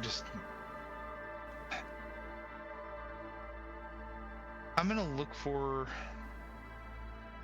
I want to go look for a place of solitude, even if it means potentially leaving the fortress. Just somewhere where I can just be where no one's around. Yeah, even back at the estate, there's a nice spot outside of the estate, in where you'd be able to, outside of Cedric's estate, that you'd be able to just be at peace there. Well, what I mean is I want to be at a spot where no one can come up and disturb me as I'm trying to work through this. So like obviously the state, like this morning, Cricket and Jubilee coming down, very much morning people, disturbing that meditation as I'm trying to get. I want to find a place of absolute solitude where no one's going to accidentally come by. They'd have to be purposely looking for me. Okay. Yeah, outside the fortress, It's all encircled in walls. You go outside and go, 300 yards off to the side, right? It's far enough where you would have to be seen. Like there's some bushes and shrubs, things like that. In your short stature, someone would have to look for you to find you. But you are not lost. You know exactly how to get back in. But yeah, you're out of the way. Because when I get to that spot, I'm going to start yelling at whatever deity this is. Like, you chose me. Whatever this stupid ring is, you made it sound like I need to be the one freeing these captive souls, freeing these ones that had this terrible deal, and you told me that you would help give me power to help protect those around me, and now you don't talk to me. What type of deity are you? Why would you do that? There is a moment after you scream of utter silence, as if you were in the middle of a room and everyone was shocked by your reaction just now. Complete silence in your soul, in your mind, in the nature around you. When suddenly you feel yourself being gripped by this invisible force. This force around you, and this voice.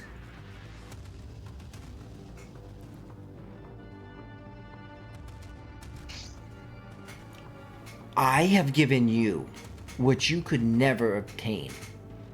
I have given you power. You have given me power. What, to free these souls? I already had physical strength. You made the trade. And I'm collecting Sue was the on one it. that started. The trade? The trade? I was freeing the souls that was captive. If Sue had already given me the strength, and now Wrong. you say that I gave you the strength. I gave you the ring. I had that strength. I far broke the before I even contracts knew you. that I made.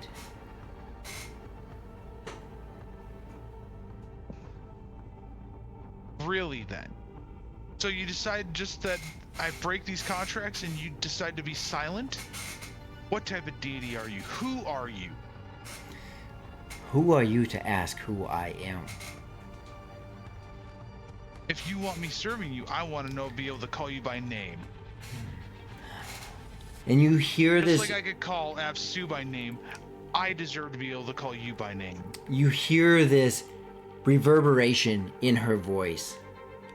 Not of any kind of hesitation or fear or intimidation, one that mocks you, one that understands its power. No. You ignorantly took something you didn't understand that I willingly gave you way back at the circus. Way back then, when I was already moving my little fingers in your pathetic little world. And you decided, as some noble, righteous paladin, to make a trade. Them for you. Each one of those little souls. Now I have you. Each one of You those little willingly souls deserve to be free. fought. It was hard. It was admittingly hard to fight off Apsu. But you helped me. You kept chaining him over and over. You walked away from him. And now you're mine.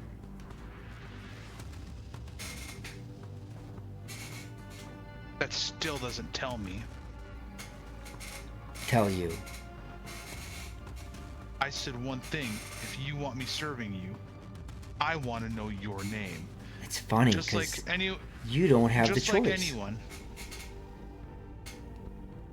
Everyone has a choice, and obviously if I made mine, I still deserve to know your name. Just like people know Palers, people I know of Sues. It's wonderful watching you squirm. Like a little tiny worm being squished by my finger. It is so problematic that I want this as my deity so bad. Each time your little group moved through my little web, they couldn't get it. There was one. Oh, the forgotten one. Oh, how I wonder. But she wasn't ever close enough. She couldn't quite hack it.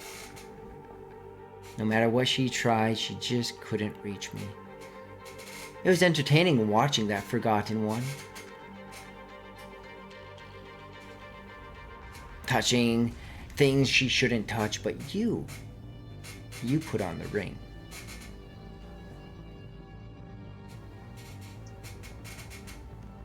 The Stop righteous talking in always riddles. fall. Well, unfortunately, I can't talk any other way about her because you don't remember her. But that ring no longer comes off. I'm calling bull. Do you try And to take as off the she ring? said- Oh, I'm It's trying to stuck. take it off. It's permanent. It's stuck. Everyone has a choice. I just took it off trying to figure out who you were. And right now it won't come Tell off. me, what is your name? And If you there's nothing else, feel a darkness tell me. roll over you. Like it encapsulates you midday. It's like it's like you look up. And whether this is real or a vision, you are absolutely lost. You look up and you see the sun get bright. And then like there's suddenly a solar eclipse. It starts to darken and darken and darken until the whole sun is blotted out.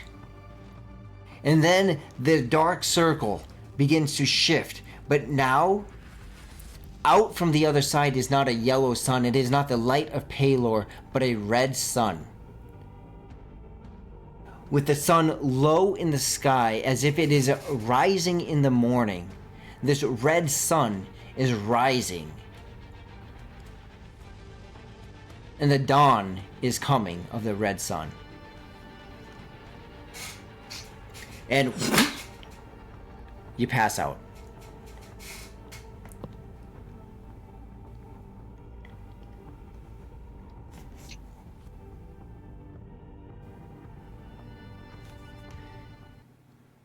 And there we'll go to break. So we will be back in 5 minutes. You guys stretch, stand up, get something to drink, and keep looking for those magical items. What? Follow the red tongue. Just terrible. Vantalord, you got quite a goddess over there. Yeah. But I gotta stretch. My back's beginning to hurt. From the weight of this new day. Oh boy.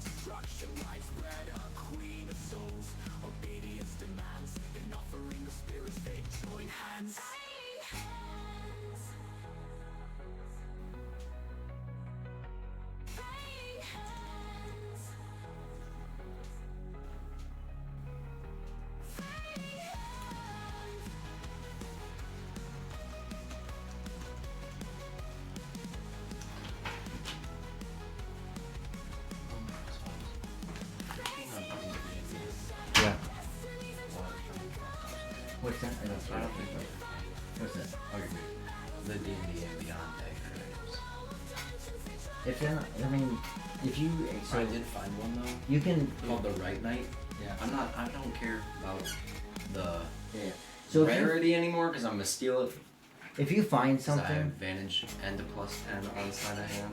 if you find something, and you interweave it with, like, you know, basically, if you tell me what it is, Well, there's a Right Knight. There's almost like if you just tell me right knife, I'm not gonna have to no, know no, what that is. there's almost nothing for dagger magic items. So what kind of dagger? Or a sword, but he doesn't have that. Rapiers. Any kind of melee, like a, he's not gonna use a wizard. But like the Right Knight, it does something. It's like 1d4 extra damage for every soul, and every time it kills a creature, it holds a soul, and it has a max of 5 souls. And so, there's 2 options. I can spend 1 soul and release the soul, Oh, they have that. That's very. and gain 1d10 hit points. That's very like. It's a legendary. Necromancy. Which I've seen. It's just the only weapon that was in that book. Yeah. That's why I keep asking you guys. What are you guys looking for? There's no daggers. There's Dagger of Venom, Yeah. Sentient Dagger, and the Right Knight. Well, essentially, you can, Those are the 3 daggers. you can I found. reskin something, like the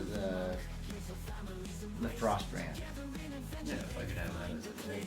Reskin it as a dagger. You see what I'm saying? Essentially, it's I the already exact asked same for thing. that, and he showed me the one sword that he's got. Yeah. Well, he can find it in his inventory. But if you think about that, it's the same. It's the same thing. Actually, the dagger's a weaker version of it. Because the Frostbrand probably does 1d6 plus whatever. When the dagger's a 1d4 plus whatever. Frostbrand is not a sword. Frostbrand is the enchantment on the sword. No, that is also. Well, either Look way. up the Frostbrand. Either way, think about that. A sword does more damage, right? So the Frostbrand, It's any. so the Frostbrand enchantment on a sword would be Yeah. stronger than the dagger. 'Cause, So it's yeah, just a weaker version of I don't know that the enchantment would do anything. it. No, different. but the weapon damage. Yeah, the weapon itself is going to be weak. Right. That's what I'm saying. Because it would do that 1d4. Yeah, so that's fine. He The offered Dagger you. of Venom is rare. Does an extra 2d10 damage. Of poison. I mean, you can only card it once. Yeah. Yeah, Once I for was like I short or just- long rest or something. I just wanted like a beer or sword or something. Because I've got that ring on. Yeah, that's fine. He'll A ring find a with pair. advantage of stealth. But I've also seen so many weapons on Pinterest that are actually so good. They're like dagger Oh, pairs. that's why I keep asking you guys. Like for 2 weeks, what are you guys looking for? So that I'm not trying to ad lib it in the last minute. I wasn't looking for anything, but now I am. Well, Because now we're in a magic shop that's actually cool. you guys have been in here since last session. I keep like, We walked in the door last session yeah. looking for one thing. Yeah. Now that's what this game is. I'm getting some. Can I please take the robe off? Yeah. I'm dying. Yes.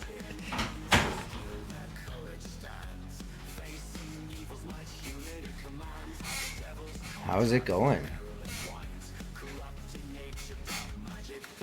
I feel kind of bad not being able to really list items, but it's like, for the most part, he probably has it. And he might be willing to haggle if he doesn't get gypped on someone not having the money.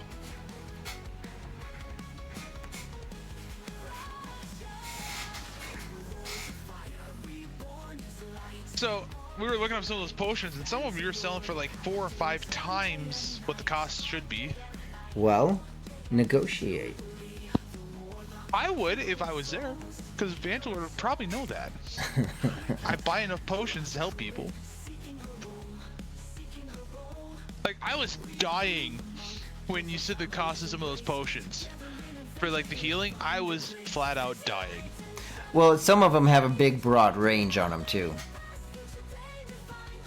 But like that superior healing, Yeah, it's typically 500 gold, not 5,000. it's 500 to 5,000 is the range on it.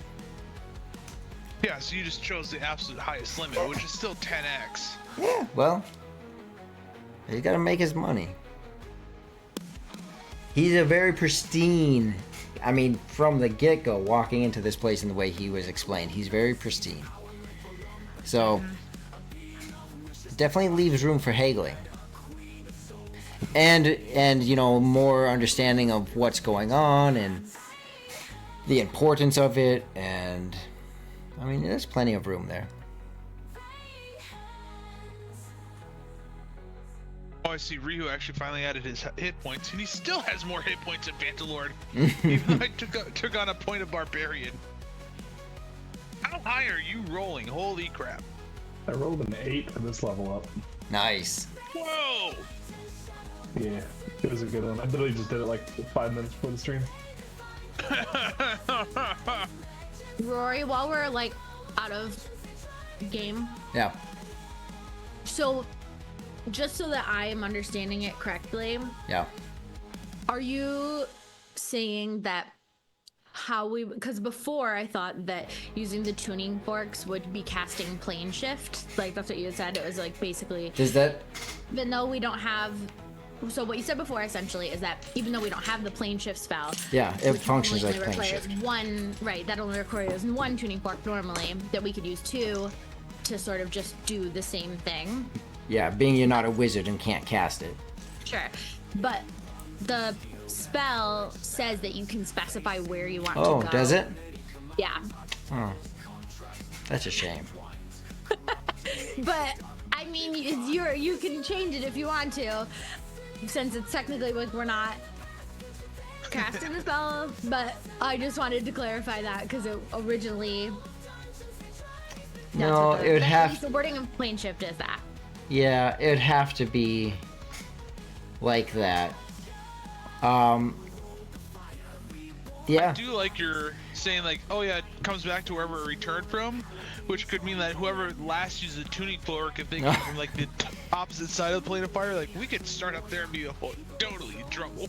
Yeah. I mean, we can not do quite that. like It's that. just that's not what the spell is. That like, so it's fine. But No, I no, just no, wanna- no, no. I told you guys a couple weeks ago it works like plane shift. So, it's like that, and I mean, kind of like I was telling Skylar when he was in here and before he hopped back on. It's not that this guy's infallible. Like he can be wrong, right? So sometimes he might overprice because he can. Sometimes he might be mistaken about his inventory, and sometimes he might be mistaken about his knowledge. And there might be positives to identifying those things, and then depends on how you call him out on his foolery. But yes, OOC, they work like plane shift. Okay. So they're not as good as the amulet, which is a lot safer. There is still a risk factor with them because you are not wizards, because they are kind of a jerry-rigged way of bypassing that process. It's a very steep price difference, though, I will mention, just because, like, if technically two tuning forks can cast plane shift, that's only a total of 600 gold versus that amulet, which is also plane shift. I mean, yes, safer, but same spell is 120,000 gold. That's like a very big difference. Very big difference. So who knows what might happen or where you might land. But it works like plane shift. You can pick your spot. You've never been to the plane of elemental fire. So there's a lot higher risk. You have been to Greyhawk, the material plane. So teleporting back is less of a risk. Right? So you might say, well, it's worth it's worth 114,000 gold difference of where we might land. I mean, we don't have that much money anyway. Well, that's what I'm saying. So you might just be like, where else do we spend our gold? Or call him on his bluff and see if you can knock it down to $100,000. The thing is, Katie knows that, but Cricket doesn't know that. There's some though common sense that I would say all of the characters have, where you go. I mean, I know that's a diamond ring, but it's just a diamond ring. And even if we as humans don't understand the costing of diamond rings, we'd still say, really, that much? So, yeah, play into it as much as you want. Absolutely. But yes, you are correct. Thank you for that call out. It works like plane shift. It's just not as secure as an amulet or a wizard with the spell. Got it. Yeah. With that, let's go ahead and hop back into the action. And while we're in transition, I don't think we said this in the beginning. Oops, look at that. Leaving things visible. Let's hop back into it, but it's the 2 year to the date, correct, Tom? 2 year to the date, so we're all in our little cosplay. We got the dwarf and the druid. Skylar swapped out his robe, his fancy robe, for a red shirt, so still holding onto the red Tom's theme beard there. is gone. Yeah, Tom's I kept beard pulling is gone. mustache hairs out. I gotta modify the backside of the beard just because the cloth kept literally, it was pulling like 8 or 10 like mustache hairs from different parts, and it was began to really hurt. That's kind of where Skylar was just that the robe was getting a bit hot, and I'm taking it the same thing over there for Rihu. I was overheating like a mofo. Yeah. I should probably open my window, huh? Yeah. So It's sorry. it's we're only back like to- 70 we're- degrees in central Minnesota We're when back it's to normally hoodie, like hoodie. 40. Hoodie flannel vibes now, so we're good. Nice, nice. It feels like that's Rihu-esque, you know? Exactly. Ease of mobility and comfort for his punching. Absolutely. All And right. makeup that's more fitting for me than what I normally wear. This just feels so me. All right, so we just ended with just Vantilor just straight passing out. So I'm Yeah. 300 yards away from the temple, passed out. Okay, cool. 300 yards from the gate, Yeah. 100 yards or so then from the temple from the gate, and probably also likewise from Yeah. from the shop. So That's what I was getting you're at. not horribly far off. You're a couple minute walk. You do wake back up, right? It's not like you're knocked out for days. You pass out, and it's like any other time we typically pass out, right? We pass out, and within a minute or two, we're waking back up. All right, that's and- all it's verifying. So And so, Vantilord, you do come back to consciousness with this encounter that you had with this deity of sorts. Do you stay there, or do you head back to the group, or what are you doing this time? I'm sitting here like in an utter rage. Think barbarian now. You know, Mhm. obviously you and I know some of the changes that's happened with Vantilord. I am in a pure rage right now. I'm like, I asked for one thing. If she says I sold her my soul, I should at least know the name. And I'm literally just fuming and stewing on that.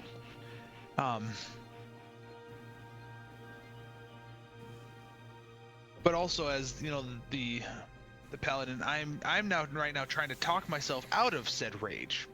And I'm like, so I'm using this as that before coming back to the group, so they know that something's wrong. I want to try to pull myself out of it, so that way they don't know something's wrong. And how long would you So- say before you reconvene with the group? Let's take a gander here. Let's have some fun with some dice. I'm probably gonna start walking back in about 25 to 30 minutes. Sounds good. Sounds good. So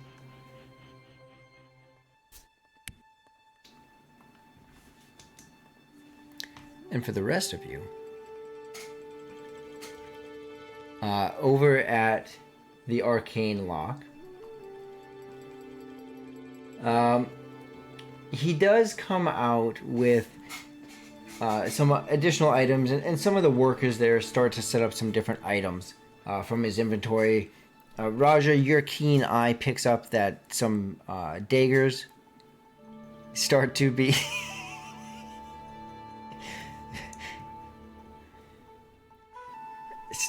set out. I don't know why you just ate that. Anyways, some daggers get set out. Some additional rapiers. This is gonna be red. Yeah, good luck. Some rapiers get set out. Some daggers. And he actually notices himself. Oh, you with the fiery hair. I don't think I ever got your name. But anyways, you should go check out some of the workers. They just put out some additional daggers that you might like. Looks like one of them actually also has an enchantment you are looking for just in a dagger version. So go check that out. And his voice carries through this place. If there's any questions about anything, please ask.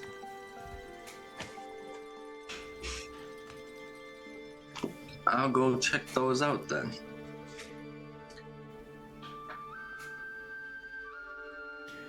And Raja, you do see, along with the Frostbrand sword, you do see a dagger that was pulled out that's a Frostbrand. You also see some additional daggers that definitely have some enchantments on them. And so you can take a moment and look through those. There's one thing I'd like to do. Yep. It'll just be real quick. I want to pick up one of the daggers, not the Frostbrand one, because is he watching me? Like, I want to pick one up if he's not watching me, just to see if he's got, like, some sense of everything that's here. Okay, roll a perception check.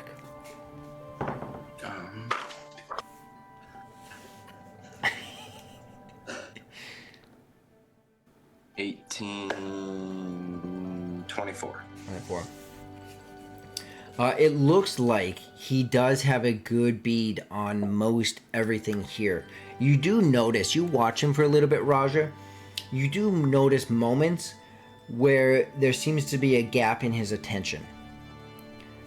He seems to be able to move from person to person very quickly, and be able to pick up on their conversations very, very thoroughly and quickly. But with your 24, you do notice these moments, these gaps that occur where he doesn't, there's a couple second window gap where he doesn't have that. And they occur every now and then, and you pick up the pattern of when they happen. Okay. Then I still plan on stealing stuff. Okay. But I'm gonna buy something, so then it's less suspicious. Sounds good. Oops, I didn't mean to put that in the bag. I'm sorry. Okay, what about the other three of you? And Vantalud, you make your way here pretty soon. I thought of something that I would really like to have.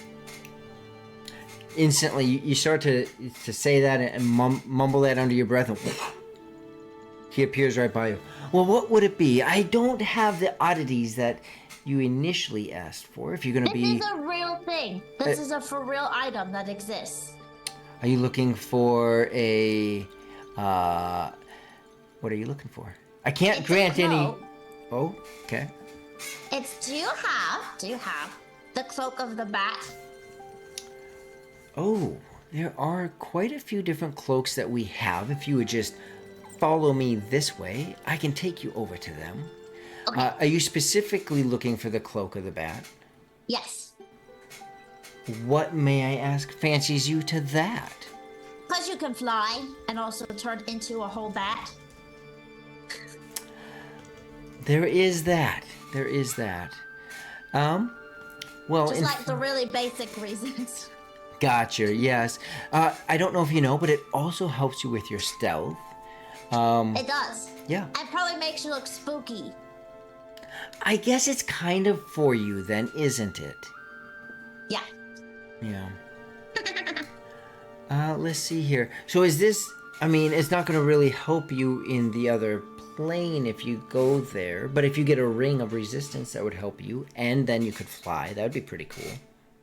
I just think that even if we don't go to that plane, having a cloak that makes you fly and can also turn you into a bat is pretty cool. I can't disagree with that. There's been plenty of times I wish that I didn't have to cast a spell to fly, because it can be hard to then cast other spells. But I do. It's right here. That's going to be 1,100 gold. I'll take it. All right. Well, go ahead and you see it float over to a pile with the other items. I'm so excited for this. Anything else that you'd be looking for? I think that's it for right now. I'm very indecisive, so unless it looks like a clown or a doll, then I'm just avoiding spending more money. Well, on the note of clowns, there's not a big magical essence to it, but I do have lamps. Now, clowns are all about illusions and trickery, right? And so these here lamps, and you notice the very ornate looking typical genie lamps. I don't have a lot of use for them. They're not enchanted. Really, right now, they're just ornate. They're expensive. They got some expensive gems in them. You could enchant them, but you could also probably... And he gives you a look and a smirk. You could probably rip someone off with them, too. But that would be... I mean, they're all set up to be enchanted. 3,000 gold. Are you sure that there's nothing problematic? Like, if I open it, I'm not gonna have a whole djinn come out. He like opens it and rubs it and does all the stereotypical things. Says, you could get it enchanted. I could enchant it for you, but that's gonna take 3 to 6 days, and it's gonna be expensive. And I don't know that your group has the money for that. Well, I'll think about that one, but I'm definitely gonna take the cloak. Okay, well, there's that cloak. There are more cloaks, although oftentimes you can only wear one cloak at a time. That's a bit of a cloak of a deal, but... I just need the one. Yeah, well, we got that in the pile. Keep a hold of that money, and I'll collect it at the end. Okay. All right. Anything for anyone else? Rihu and Cricket.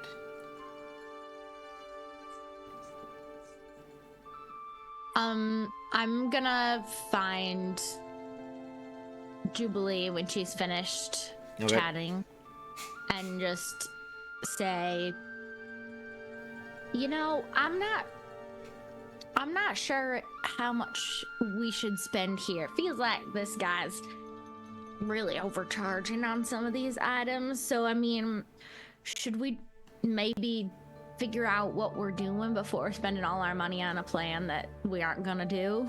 Yeah, well, he tried to sell me a lamp that doesn't do anything for 3,000 gold. So I told him that I'd think about it, which means I'm not going to take it.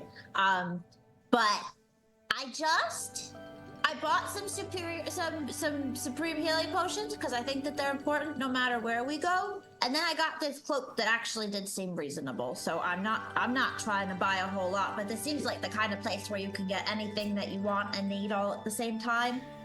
And just as a note, the money actually hasn't been traded yet. All the items are being piled up. You all still have your gold. So at this point, no exchange has happened. That's not good to know. The only thing that I think I'm gonna get is the 2 tuning forks, since that's what we need if we decide we want to go to the other plane. But I mean, other than that, it seems like all the rest of this stuff is useful, but just really expensive. It's really expensive, and I think if we don't know what we're doing, it seems like we're just going to be wasting our money in one direction, and we might not even go there. Yeah, I mean, I guess we can let everybody else. I'm done. I've got everything that I think I'm gonna want and need. I saw Rihu buying a lot of stuff too, so maybe we should check in with him. Rihu's pile could like furnish a whole house. A couple people walk into the door as you guys are talking.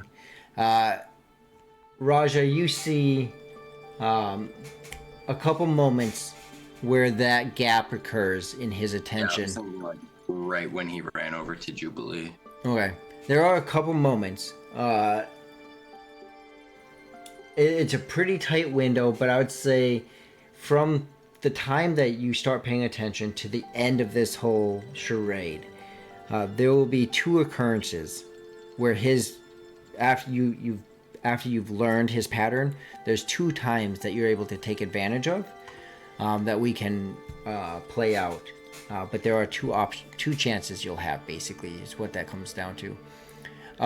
There are two individuals that do walk in the door. You do notice both Ildrin and Saffron walk into the door as the two of you are talking and heading over to Rihu or whatnot.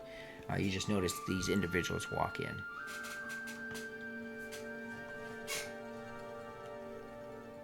Go quiet, Juno, really quick. If I see that Rihu is done talking as well, I'm gonna go over and check to see what he's buying. Rihu, it sounds like you're spending a lot of money over here. Seems like a great deal. I'm getting 5 fire resistance potions and a fire resistance range. But what if we don't actually go to the plane of fire?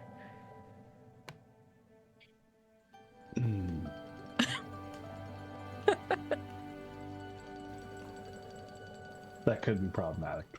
Well, I mean, I'm not saying we're not going. I'm just saying that's a lot of money. Yeah, I've never had money. Well, it kind of seems that way. But I do know enough to know that if you spend it all the second that you get it, you're never going to have a lot of money. Those are wise words. Well, I'm going to pull out a potion that I actually took over our adventures. Okay. And it's the potion of shapeshifting. Okay.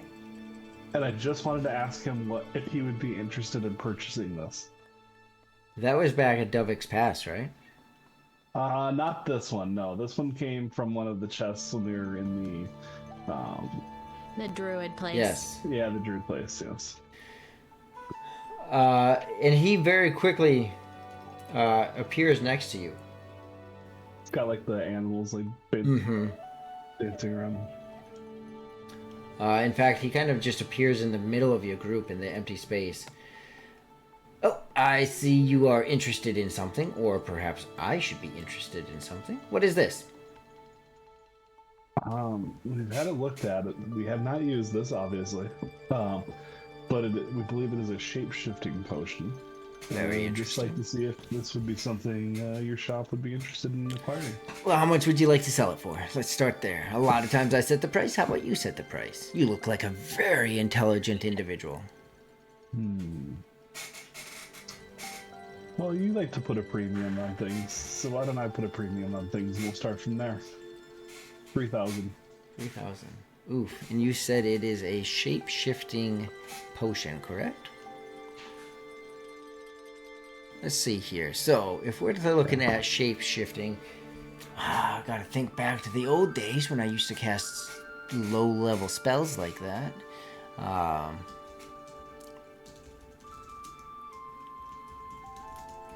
Let's see. That would be like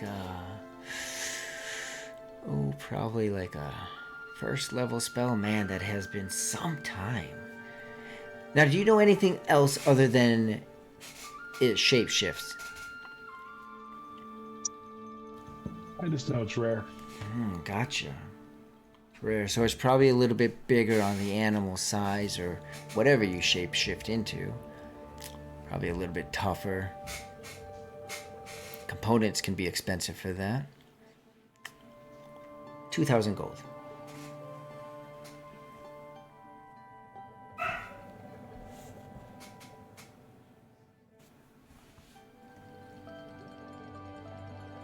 I'm thinking for a second. Wait. How about this? How about 1,000 gold and you throw in the 5 fire resist potions? Those are 300 per piece. 2,500. So in the end, you'd be paying 500. No, This no. because there's 1,500 for the gold. I would. Yeah, I'm saying this as my counter offer. The total value would be 2,500. I started at 3. You came to 2. Right, I pay 2. No, you paid me 1, and also gave me the 5 fire resist potions. But I'm losing even more then. You're paying for the potions. No. But I'm bartering. Yeah. So what I'm asking is, instead of you offered me 2,000. I caught that. For this. Yeah. I'm saying I only want 1,000, but also throw in the 5 potions. Got it.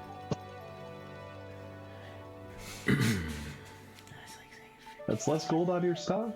Just potions off your shelves. Let's see. And you get like he starts to get a real kind of, let's see what kind of people you are. Nice. We'll go ahead and roll a persuasion check. Cool. 15. Raja, this is a moment in which he is distracted. He is deep in thought. He is being challenged intellectually about his items and the price thereof, and he is engaging in this wit of price with Rihu. 15, Rihu, he ends up saying, look, okay, we will make a temporary deal. 1,000 gold for this potion and those 3 potions, right? For those 5 potions, yes. Temporary deal, sealed. We'll go with that unless I can make a better counter offer later on based on what you're selling, buying, selling. Either way, but I like what you're doing so far. So he accepts that, kind of contingent on or saying either you guys or he can make a counter offer at a later time. Okay. Purposely leaving it open, saying we can do this more. Vantalord, you're about to walk in after this whole thing is wrapped up with Raja, and then you'll walk in. Raja, what are you doing? You do pick up that item. You catch that whole thing. So what dagger did I pick up? In the beginning, you said you just picked up like a mundane or a low-price magical, like something pretty simple. No, I picked up one of the ones that they brought out. I'm not going for mundane stuff. I'm just picking up not the Frost brand. Okay. Because then you would know that. I plan on buying that one. Okay. So there's just kind of an assortment of other daggers that you pick up? Or what kind of items are you looking for? Daggers specifically?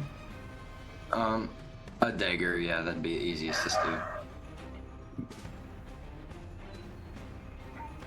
But I'm looking for a still powerful one, just not the Frost brand one. Gotcha.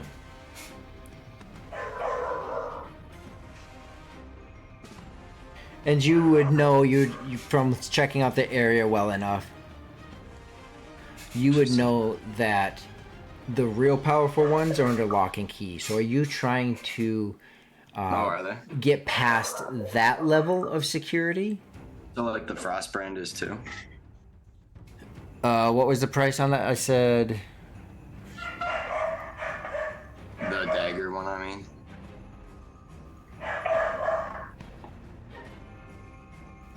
I forget the price I said for the Frost brand. Like 20,000. Frost brand, I said... Yeah, 20,000. So yes, you would see that things that are roughly 20,000 or higher are definitely under lock and key. Now, it doesn't mean you can't attempt it, but it sure is a lot harder because 20,000 too? the dagger. So you see that one.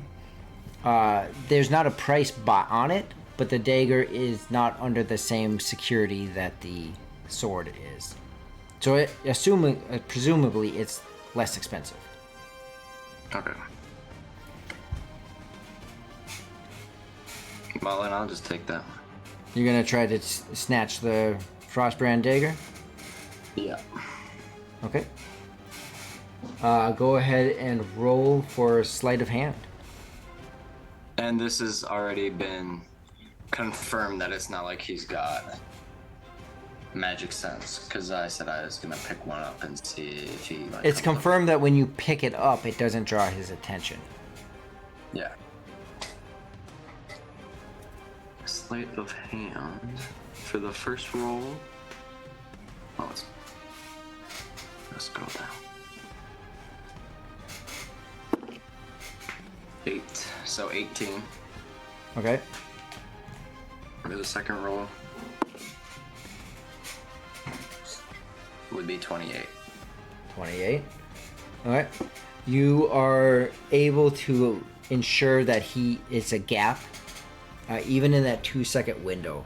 You're able to ensure and get it, as well as check any other patron in this location. And you are very confident with a 28 that no one has seen you take it. And your extent of the spirit. Not perception. What's that? You meant to say sleight of hand, right? Yes, sleight of hand.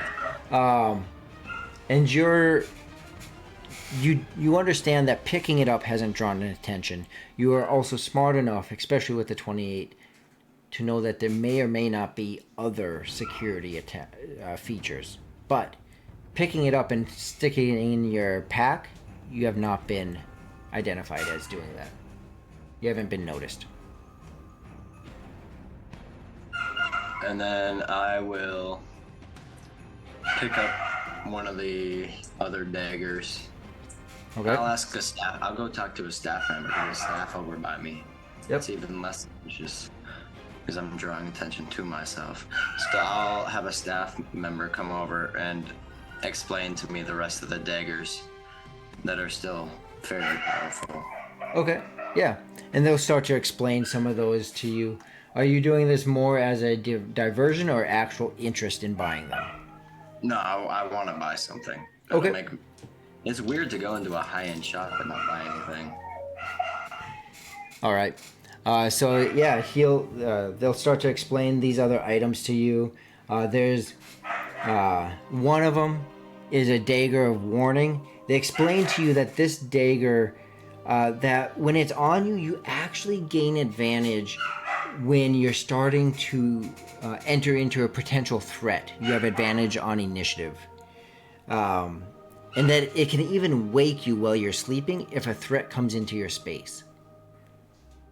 Another one that they have is you see some interesting designs on it, and they explain that it is actually, if you throw it, it will come back to you. And they call it the Dagger of Returning.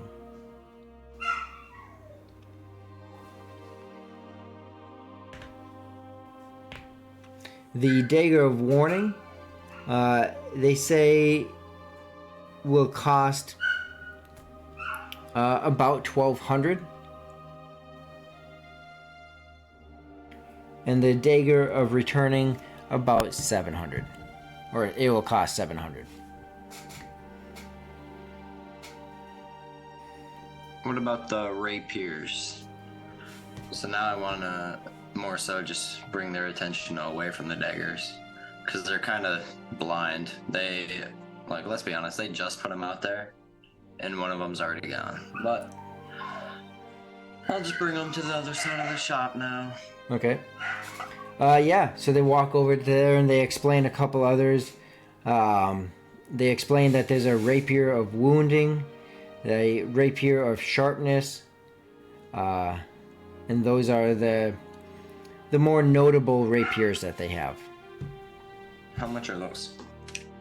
The rapier of wounding, that one's a pretty nice one, and it causes wounds that can't heal without magical assistance. So that one is a bit more rare. It does require attunement. That sits at 1,500 1,500 gold. 1,500 gold. Huh. The Rapier of Sharpness. They say this one is a bit more rare, requires attunement also. This one can definitely increase in the amount of damage.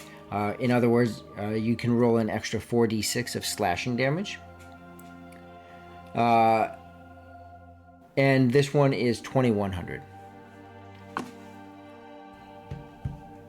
It does 46 slashing damage. Yeah, oddly enough for a rapier, it's doing slashing damage. But yes, it does an extra 4d6 of damage. Like that's just its every single turn. Yep, because of the sharpness. It is the sharpness that's doing it. So, being a rapier is actually stabbing, but the tip of it is It's just super sharp. super sharp. It will penetrate most armors. Yeah. So, I just want to make sure I have this correct.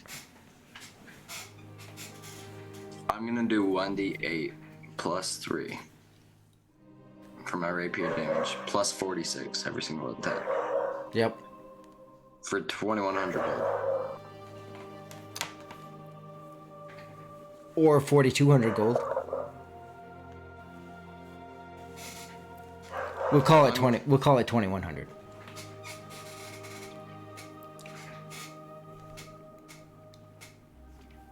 Yes. I will 2100. take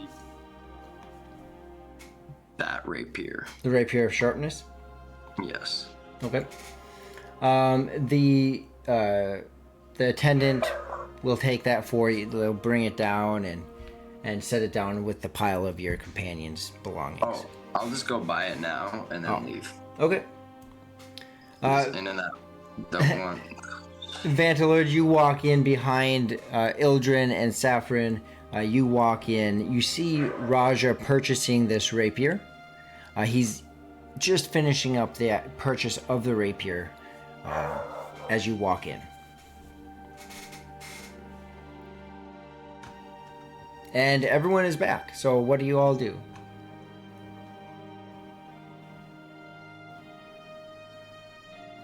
Well, I kind of look around dumbfounded. I see the weapons that Raja just purchased. I'm like, I like weapons. They make me happy.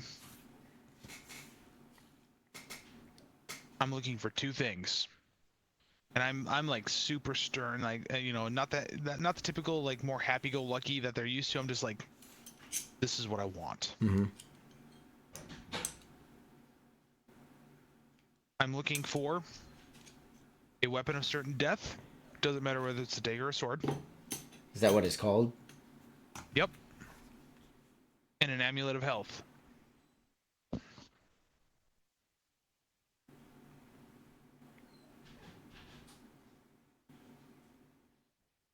I'm on a mission.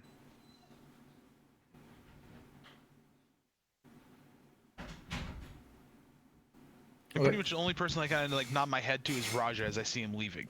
And what kind of weapon were you looking for? The weapon of certain death comes in a version of a scythe, a dagger, or a sword. I will, if they have any of the three.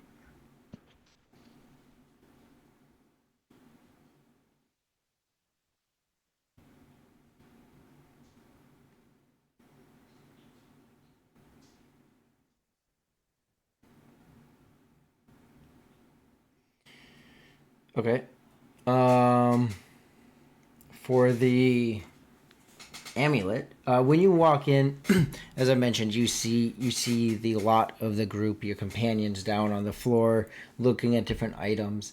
You see Raja purchasing this dagger, this rapier. Raja, you begin to head up the stairs as Vantalord is heading down, and he just kind of passes you. He sees you, but he basically just passes you. As you walk in, Aldrin catches you and says, "Oh, see that there's a new one. What's up, Raja?" Does that mean I got out? You are walking up the stairs at the moment. You are passing him. We will come back to that and see if you do get out. He meets you, Vantalord, quickly hears what you are looking for and says, "Ah, yes, amulets. We actually have a few different amulets. It's interesting how and he kind of at some point to you because of where you're at, but he basically and he kind of talks for the shop so that people hear him, by saying that a lot of things can be enchanted on a lot of different types of items. We do have, in fact, an amulet of health. I mean, are you in a... He looks around at the rest of you and says, you know what, today's just a different day. A lot of different people. So be it. Amulet of health. I got that right over here. He disappears and comes back. And also remember, Raja, there is the one other time that you'll have, if you want to capitalize it, when his attention does slip. As far as this amulet, this amulet here, selling it for 3,500 gold. 3,000 and you got a deal. And I'm looking at him square in the eyes. I'm like, don't mess with me today. What kind of talking strategy are you trying to... Oh, I'm flat out intimidating him. Okay, so then go ahead and roll. So kind of like an intimidation, persuasion type of thing is what you're trying to do, right? Like, I'm here, no, I'm present. him. I'm not persuading. Just straight intimidating? Yeah. Okay. It's 3,000 or nothing. And I rolled a nat 20 plus 4. All right, that's good because it was really high because he's not a joke of a guy. But I don't care. He's like, look, it sounds like whatever y'all are doing is pretty big. So you're still giving me a decent price, 3,000. I'll set this on the table back there with the rest of you guys. No, I'm paying cash right now. You don't need to put it with there. All right. True to being a dwarf. Here you go. And he just makes the exchange. True to being a dwarf, what does that mean? Short and to the point. Speaking of points, do you have a weapon of certain death in either dagger or sword version? Straight to the point. Oh my goodness. A dagger or what? Or sword. A sword. The swords I have, any kind of weapons I have, are all more on the lighter side, if you catch my drift. Dagger, I can go check. Sword, I might have possibly. If you have a dagger, that's fine. All right, let me go look. Then he just exit stage left. He does return shortly later.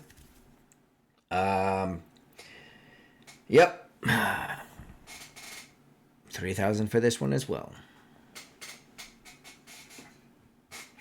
I've heard of my father seeing them sold for 2,000. That's my offer. That's good that that's your offer. 2,800. 21. 29. Nope, and I just walk away. I give him his 3,000 gold. For the dagger or for just the amulet? The amulet. Okay, yep.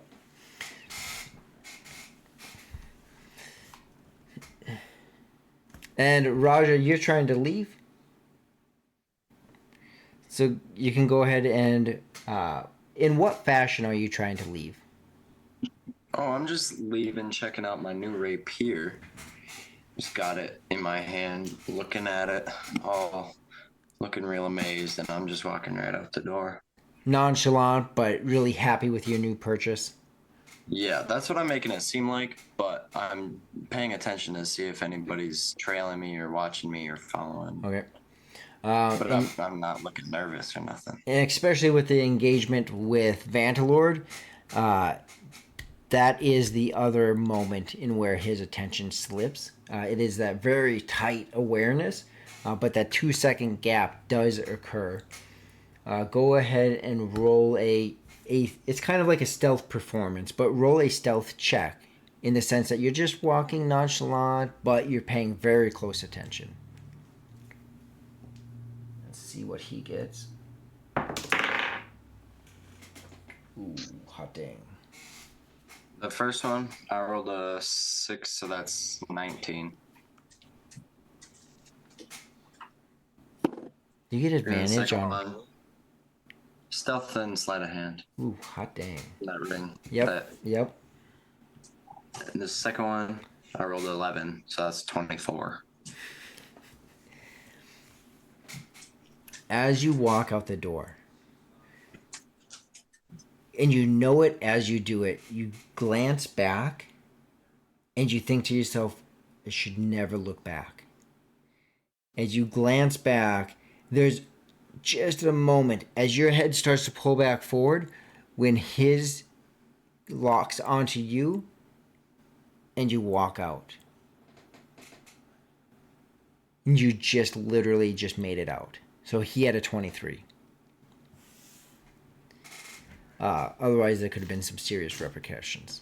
So you know, quite literally, that you just skimmed out of there. It's like Without- when he goes to do inventory later and check out the purchases, he's gonna know that I took it. It's that feeling. It's that exact feeling that you get. But I'm good now. Yep. So you get out and you have a pretty good awareness of what just transpired. And so the rest of you see Raja leave. What do the rest of you do? He does kind of walk around trying to stir the pot a little bit more. Of course, he's trying to get sales. Like, y'all mentioned that you're going to the, or potentially going. Now, I understand the What's that? The amulet I did sell to him. Oh, that's right. So, okay. So let me see something. So you would have had to go next to him. Okay. Seeing if he saw it on you while you were selling him that. So you sold him the amulet for 3,000? No, I would've put it away. 3,000? For You 7,000. 7,000. So you make that sale. So add that in. You buy that rapier, subtract that out, and you get the dagger of Frostbrand. With Raja stepping out and the rest of you still in there, he does make a bit of an announcement saying, I do have other things. I think there's only been a couple fire-resistant items bought. I don't think that the decanter has been fully agreed on. Now, I know, and he walks over to you, Cricket, I know that the amulet is a little bit high-priced. I can come down a bit. I think you have to come down more than a bit. It's 120,000 gold. Well, that's true, but it ensures safe travel even through the astral plane. Now, you can use your little way with the tuning forks, and that works. No telling what might find you in your travels, though. It's not quite as secure.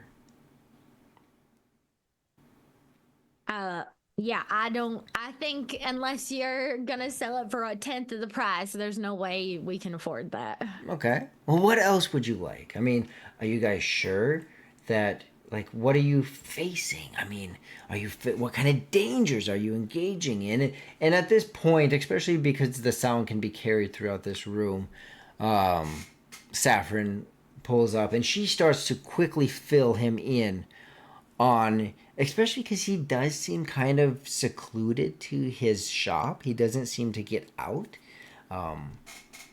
It seems very protected in here. And they fill him in on Amat and the her goal of lichdom and some other aspects that they've been made aware of. So he gets caught up to speed and it becomes a bit more helpful to you all. Not completely just willing to give things up, just more understanding.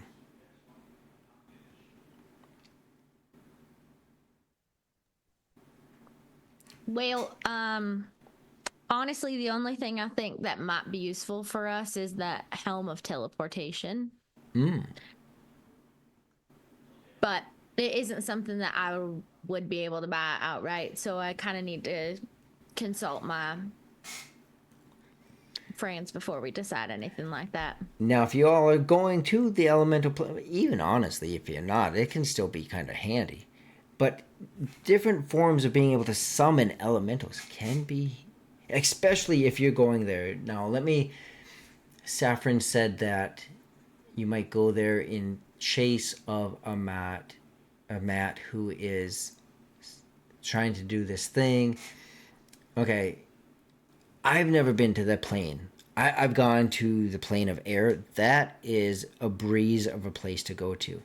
But the plane of elemental fire, plenty of people go there. Plenty of non-natives to that plane go there. They are automatically a bit more suspicious to the population. Like, why you here? But merchants go there often for rarities, but also otherworldly things. Things from like the hells and other places will also be there. Having certain things, whether it be like an elemental guiding you around, can be helpful. Obviously not dying, so as long as all of you have fire resistance, that's a good indicator that you're well equipped. If you do go there, just don't look out of place more than you already do. Like, you're a merchant or a traveler, and you're at the bottom of the totem pole. Like, just that's kind of where you guys would sit if you go there. And if you don't die by teleporting there, because of the insane heat, it's not uncommon. I'm looking him dead in the eye. I go, here's the issue. Here's the deal. That Amat is working on becoming a lich. Have you ever heard of a lich called Vecna? Yeah. I don't think you know how old I actually am. Yes. I don't care. You From what I've been told by should Saffron, care. Amat is going to be 5 to 10 times worse than Vecna was. Either you give us a deal, or you will die. Again, I don't think, and you should care, how old I am. I don't know that I would die. I didn't see But you your fighting Amat. point that many other people would die is probably true. You fight Vecna and help take her Nope, down? and I'm also not dead. So you're a coward. Okay. Nope, I'm just not And with dead. that, I'm just walking out. I'm like, I don't have time for cowards. And it just doesn't faze him. He's seen plenty of people. Okay, just so that I understand the state of what's happening, Vantlord and Raja purchased their things and left. Uh-huh. I'm just What gonna sit about- outside the arcane vault. What about the other things that I just want to buy 2 freaking tuning forks? It's only 600 gold. Like, what else is happening with the other things that people are buying? All the things that the three of you have wanted are just gathered on the table. The tuning forks, the potions, the ring, I think is what Rihu wanted, and I don't think the decanter was included. It might have been. It was I think not. you mean Okay, rings. so the ring that Rihu wanted, the potions, also the cloak of the bat, and the 2 tuning forks. That's what's all on the table. And some healing potions that Jubilee got, right? Oh yeah, Jubilee, you wanted 2. Superior, Potions. not superior. The second one. Yeah, like for not a regular 250. healing potion. The one after that. Greater. Yep, 2 graders for 250 each.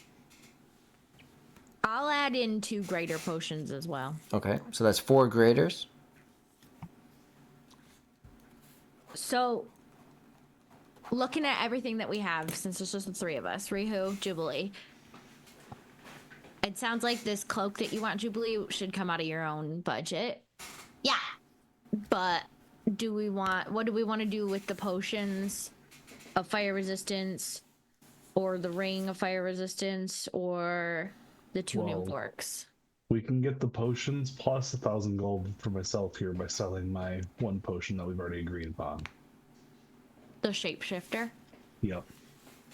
Do we think the shapeshifter potion will be more useful or less useful? Like, do we think we're not going to use it? Because we could just pay the extra 1,000. But if we don't think we're going to use it, then yeah, I might as well sell it.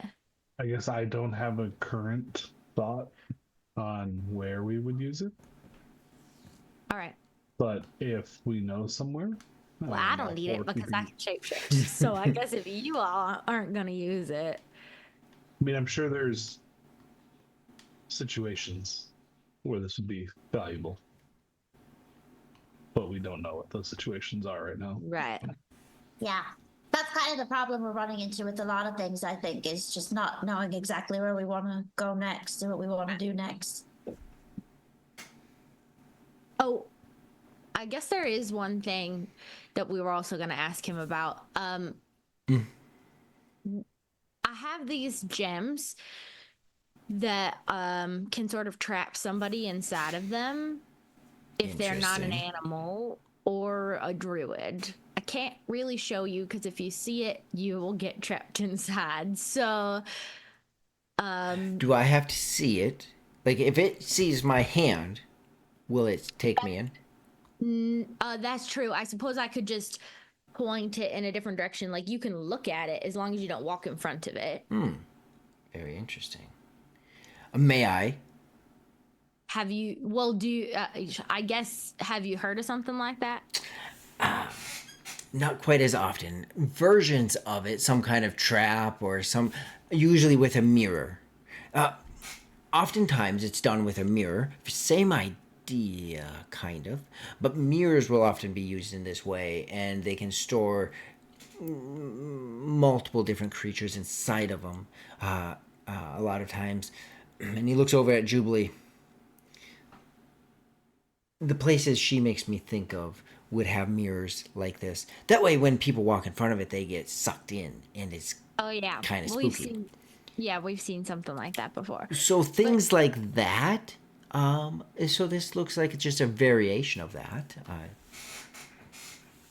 Sure. So I'll take out one of the gems and like hold it in a way that it is like just facing a wall, for Okay. example, or something, so that it's Yeah. no human is in front of it or. And the whole area is kind of cleared out, and he does a identify on it. He takes a few minutes and looks at it and goes, "Not just a variation. This is a whole different way of. I've never seen it quite like this. This is very specific to the druidic type, but very outside of their normal. Wow. How many of these I'd do like you to have? know- I have 3 of them, but I'd like to know if there's a way that we can use it and get the person out without breaking it. Ooh, that is tricky. That is tricky. With the mirror has to be broken.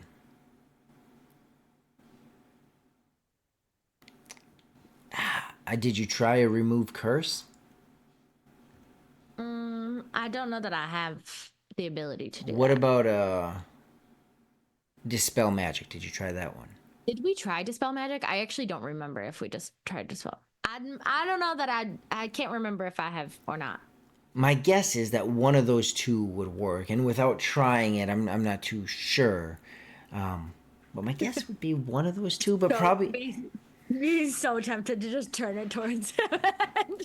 I mean, if you want, you can just. No, not going to. No, just those are intrusive thoughts. Okay. Well, I would be willing to purchase them. They are very intriguing, and they might help with my security in general. So I mean, Well, how much are you gonna purchase them for? I don't know. How about unique, very very unique. Might be hard to sell. Very useful to me. 5,000 each. No, man. You're selling a helm of teleportation and this amulet of travel for 120,000. 5,000 is nothing. That's like, Well, what do you say then? What say you? what say I don't really need anything else, and I have enough money for right now. So Sounds like I'll 5,000 let is a good deal then. No, I'd rather have these. These are more useful to me right Well, now. there must be a better price then. 10,000. I'll let you know. Everything's got a price. You see that he's fairly interested in these. Yeah. But right now I don't want anything else, so it's not like I Well, what about your group? It's only one ring has been bought, Listen, and we're there's not 5 going of you. anywhere. We're staying in town for at least another day, so I'll be back if we want to sell. How about I give you a ring of resistance for each of them? That's 3 of them. You each get protected from utter demise. That's worse than 10,000 each. He doesn't laugh at that, but you're right. All right. Okay. Okay. Well, maybe I see you another day then. All right, let's get the stuff that we're going so we can figure out what the heck is happening. All right. So, 1,000 gold for the 4 potions of healing. There's Is that 4. coming out of the group? Yes, I think Okay. I think potions of healing should come out of our group. So thing. that's 1,000 for 4 greater healings. Figure out whoever's going to carry those, but there's 4 of those. You're marking it, Tom, off of the group one. Okay, cool. Who's initially carrying those 4, or 2, or 1 each, or I whatever? think maybe You want me to carry them because I had picked them out or whatever? 2. You hold 2. I'll hold 2 because Okay. they're split up. Okay. Yeah. I think you see where I'm going with that. And then the tuning forks, you got those, $600. They'll be ready later this evening. Same as with the armor and the brass knuckles. Those tuning forks for the enchantment will be done later this evening. Because you could get the forks now, but they're not enchanted. Where are you having them tuned to? Because we already have ones for the Plane of Fire. I'm asking the group just because I'm outside. Material plane. We have Yep. 2 for the plane of fire already, so material plane. And then the ring of fire resistance is 6,000, and the 5 potions were made with the deal of selling the other potion. So he's giving. Explain that again, Ryder. He's getting 1,000 gold. He would be paying me 1,000 gold. I will give him the shape-shifting potion, and then we get the 5 fire Yes. resistance potions. So he pays Ryder, Rihu. You get 1,000 gold, and the 5 potions, and then he gets 6,000 gold for the ring. So it's really 5,000 for the ring instead. If you want to. Yeah, I suppose. Yeah. Yes, but I'm going to hold off on the ring for now until I need to think on that. Just to confirm before Okay. I will return the following day if we decide. So as of right now, it's only the 4 potions, the 2 forks, and the 5 5 potions. Yep, and then I got 1,000. And then I'm just gonna add 1,000 gold to mine. I'm Yep. not gonna spend any. Yep. Oh, look at that! I was gonna spend 7,500 gold, now I ended up with plus 1,000. Are you keeping the? Well, do you want to be paying for those rings of fire resistance out of your own There's the Well, potions of I've fire done- resistance. or potion? Yeah, just potions. Yeah, I mean, I'm just gonna grab them and hold on to them because I think Okay. part of what's in my thought process too is after fighting her, just like I got pretty blasted, so it's almost like a safeguard for myself. Gotcha. Okay, Tom, you marked off the appropriate amount from the party one. Cool.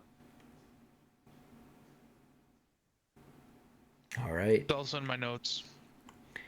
In the last minutes before we wrap up tonight's session, you guys walk out of the arcane vault. And where are you each?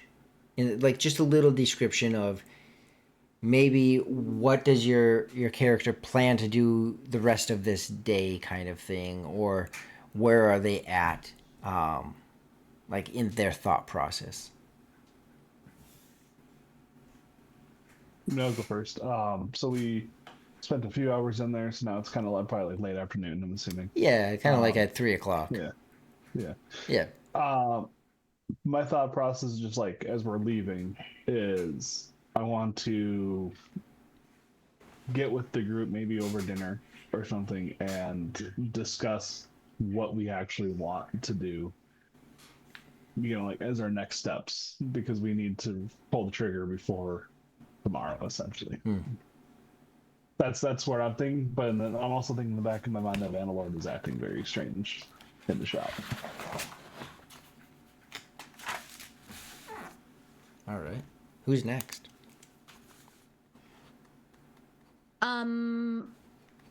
As we leave, I'd like to go across the street to where the trinket trove, where Gum Gum is working on our stuff, and ask if it's possible for him to make another one of those rings of like breathing or whatever it is he's making, but in the shape of a collar. Oh, snap. That could have been unfortunate. Huh? What do you mean it could have been unfortunate? Well, I wasn't even tracking Bear going into that bag and dying. Because you said in a collar, right? I would not have put him in the bag. Yeah. Yeah, just did not even think about the safety of Bear. Yeah. It's okay. I thought of it at the end of last session, so. Yeah. He says, Gum Gum comes out and, yeah, I mean, it's a little different. It's a lot more metal. It would need to go around. Clasping Could it would just be go interesting. around his? Could it go around his foot?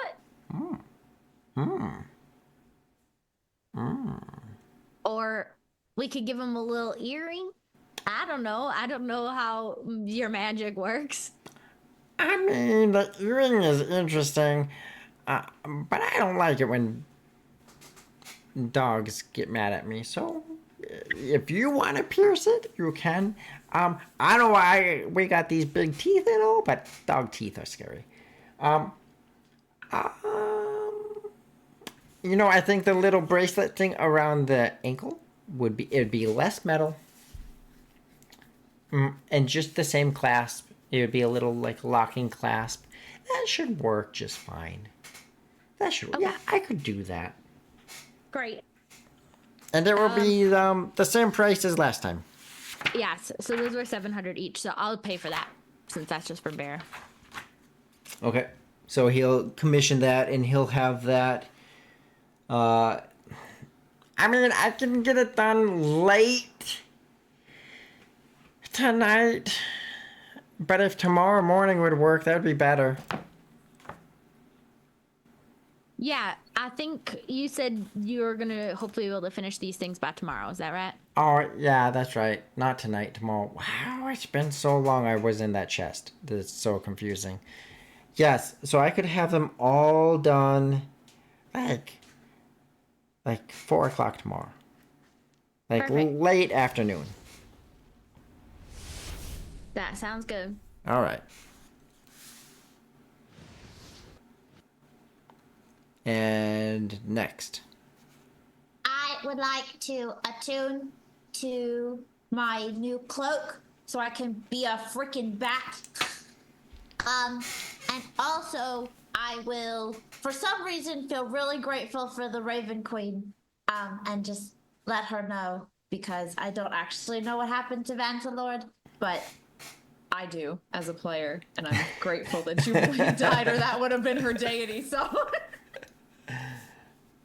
Yes, it is the pentagram one. I knew it. I knew it. She's crazy. Okay, so yeah, you attuned to that cloak just fine.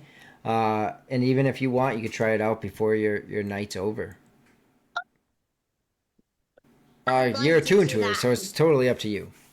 Yeah, I'm going to grip the edges of it and throw it out like you're supposed to, and hope I turn into a bat and fly around.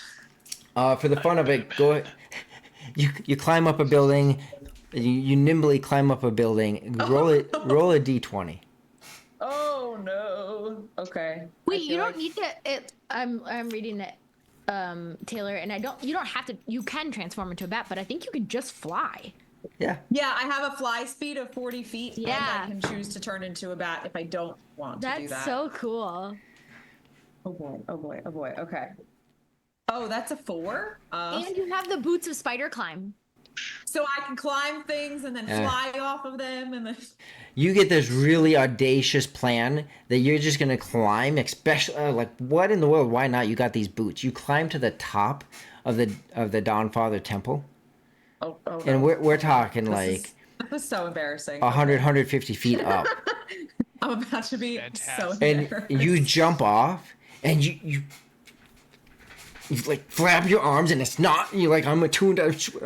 What I do, and right before you land, like right before you hit, you're like 10 feet from the ground, and you change to a bat, and you swoop up really quickly. Just you feel your little heart pounding as you're now as a bat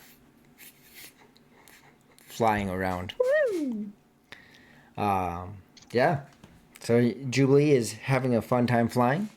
Raja, what are you doing? Raj is just attuning to his items Okay. because I'm no longer attuned to that amulet, so I've got 2 more slots. Nice. So that'll be enough for the rapier and the dagger. And you, thankfully, don't have to attune to any resistance for fire if you guys do go there. Rihu, how about yourself? Oh, it also says I have it. I already said that. No. Yes, you It's did. me. Yes, you did. Vantalord. Dantalord's still being very, very frustrated. Couldn't fully talk himself out of it, out of the anger. I'm gonna go find a tavern. I'm gonna go find as much food as humanly possible, and I'm gonna work on attuning to this amulet. The amulet of health? Yep, because for those that don't know, the Amulet of Health raises your Constitution to 19. Before this, I had a Constitution of 11. So I went from +0 to +4, which greatly improved my HP. Yes. Yes. So now there's a very angry, hungry dwarf with a lot of HP that just... I'm just done with this crap. Angry at a deity that won't answer my questions. Yeah. And you sit there stewing while you eat your stew. And you just gripe and groan as the food goes down. And you eat a hefty amount. Oh, just for whoever the tavern keeper is, I'm gonna walk in the door. I'm like, I've got 100 gold. Feed me until you can no longer feed me. Okay. And you walk in, and even while you're in there, there's been some space cleared. Again, a lot of the people injured have been brought here. But they have kept the kitchen open, both for them as well as some other individuals.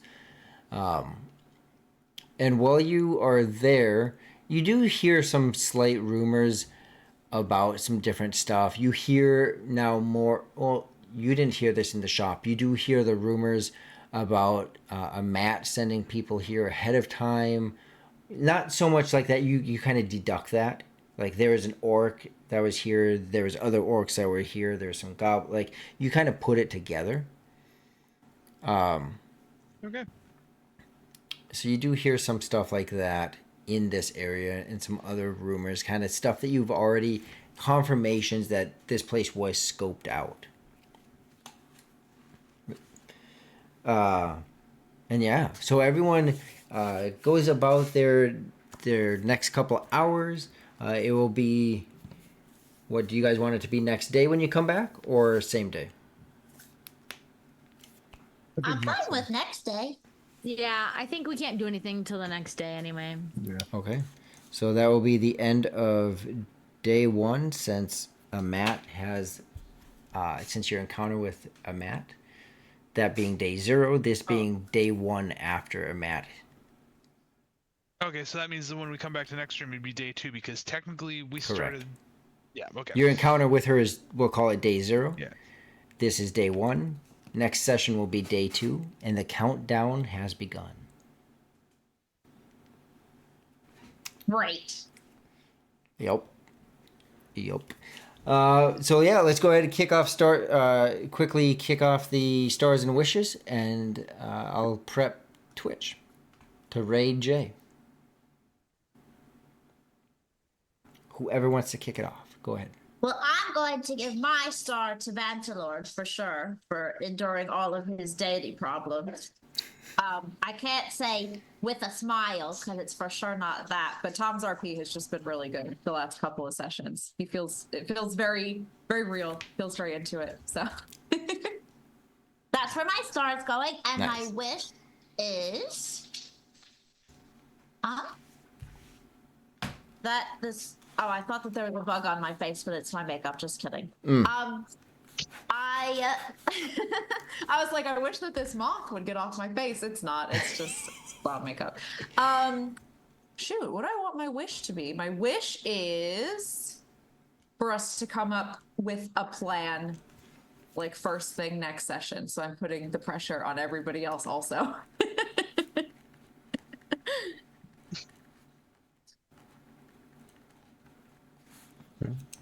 I'll go.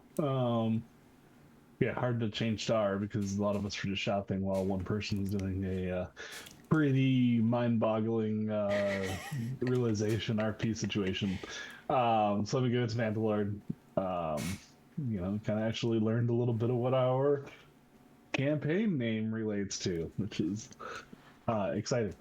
And the RP was really good, and just the way you acted when you came to the shop kind of lined up with what just occurred too. So good job there.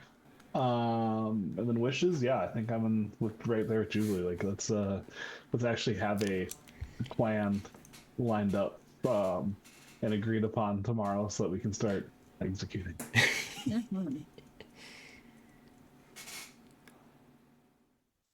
Raja.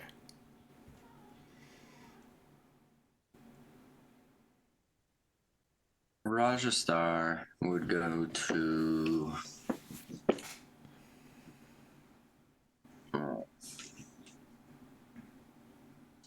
Well, for Raja himself, the star would have to go to to Jubilee and to Vantalord for holding his attention while I dabbled. But as the player, I'd have to give my star to Vantalord because, yeah, like Ryder said, we didn't really do much, but he actually had like a big development in the whole Oathbreaker and all that backstory deal. And then my wish would be that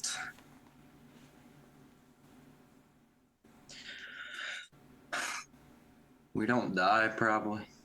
That's probably my biggest one. Like, I don't want to die just for going to the elemental plane of fire to try to stop her. If we die, I want it to be by her or not at all. Some epic battle. Yeah, like, I don't Not, wanna it's die. too hot. Yeah. Which you could go, you might see all your friends die, but you would live. Oh, yeah. That's true. Cricket. Yeah, same Vantalord with the very fun development, and I feel like there were some hints that you planted about who that deity might be, which is fun because I who knows what it will turn out to be, but it's fun as a just observer to see that go down. It's I'm cool. super curious who you think it is. Oh, Taylor and I were typing in the chat. Discussing, yeah. Yeah. I have no idea. I literally have no clue. But I guess my wish yeah, I would like to do something next time. So like maybe I want to fight something or Getting the itch? yeah, you know, like I feel like even if it's just or like some challenge, I guess, if you want to call it that. I think that would be fun to have. Yes, I agree. Vandalord. You know, I'm giving my star to Raja. That pickpocketing, that is straight your MO. The fact that you still kept on working on with it was great. But also, I love the ignorance that Ryu has. Like, oh, I've never had this much money. I'm just gonna go spend it all. Like, playing to your character backstory as well was fantastic. That was fun to watch, as my brain is still trying to figure out what the hell is going on, or what the heckin' is going on. Gotta keep it PG. No, wish I don't know at this point. My brain is just. I'm still trying to unwrap tonight, so yeah. I'm just along for the ride at this point and having fun. A dwarf on a mission. Well, that wraps up tonight, and it was all amazing stuff. You guys are awesome. I will just say this, and back out of this room at the same time. Although I don't think We it's. want to put this on stream so that way they can see it. Oh, there's been lots of moments, but I'm just gonna give a whole outer view of this. There are definitely some Easter eggs within this room. Not so much for the campaign, just personal nerdy things. So, if you guys want to catch them, there's plenty of them in there. But They're like Pokemon, you just gotta catch them all. that's hilarious. You did make a Harry Potter reference this evening. I did catch that, but I didn't say anything. I did not mean to do that. That's hilarious. And Becca has infused it inside of me, and I did not even know it. I am dreading that. What was the reference? I remember now. You're explaining something, and it was like the exact same way like one of the characters in Harry Potter explains part of Hogwarts Castle, I think. Oh my goodness. It's become part of me. All right. So, Tom, how about you kick it off? And I already have the raid thing ready, so. Okay, if you are watching and have not followed, if you've followed and not subscribed, if you are subscribed but your subscription has lapsed, and if you are currently subscribed and not part of our fantastic Discord community, we have one question for you tonight. What are you doing? Hey! Should be more like, I don't know how to sign that, but. I can't sign. Thieves can't. No. These can't. Fingers get so tired. Okay, so we will go ahead and raid now. I think I did it that time. I think it went. It looks like it just went.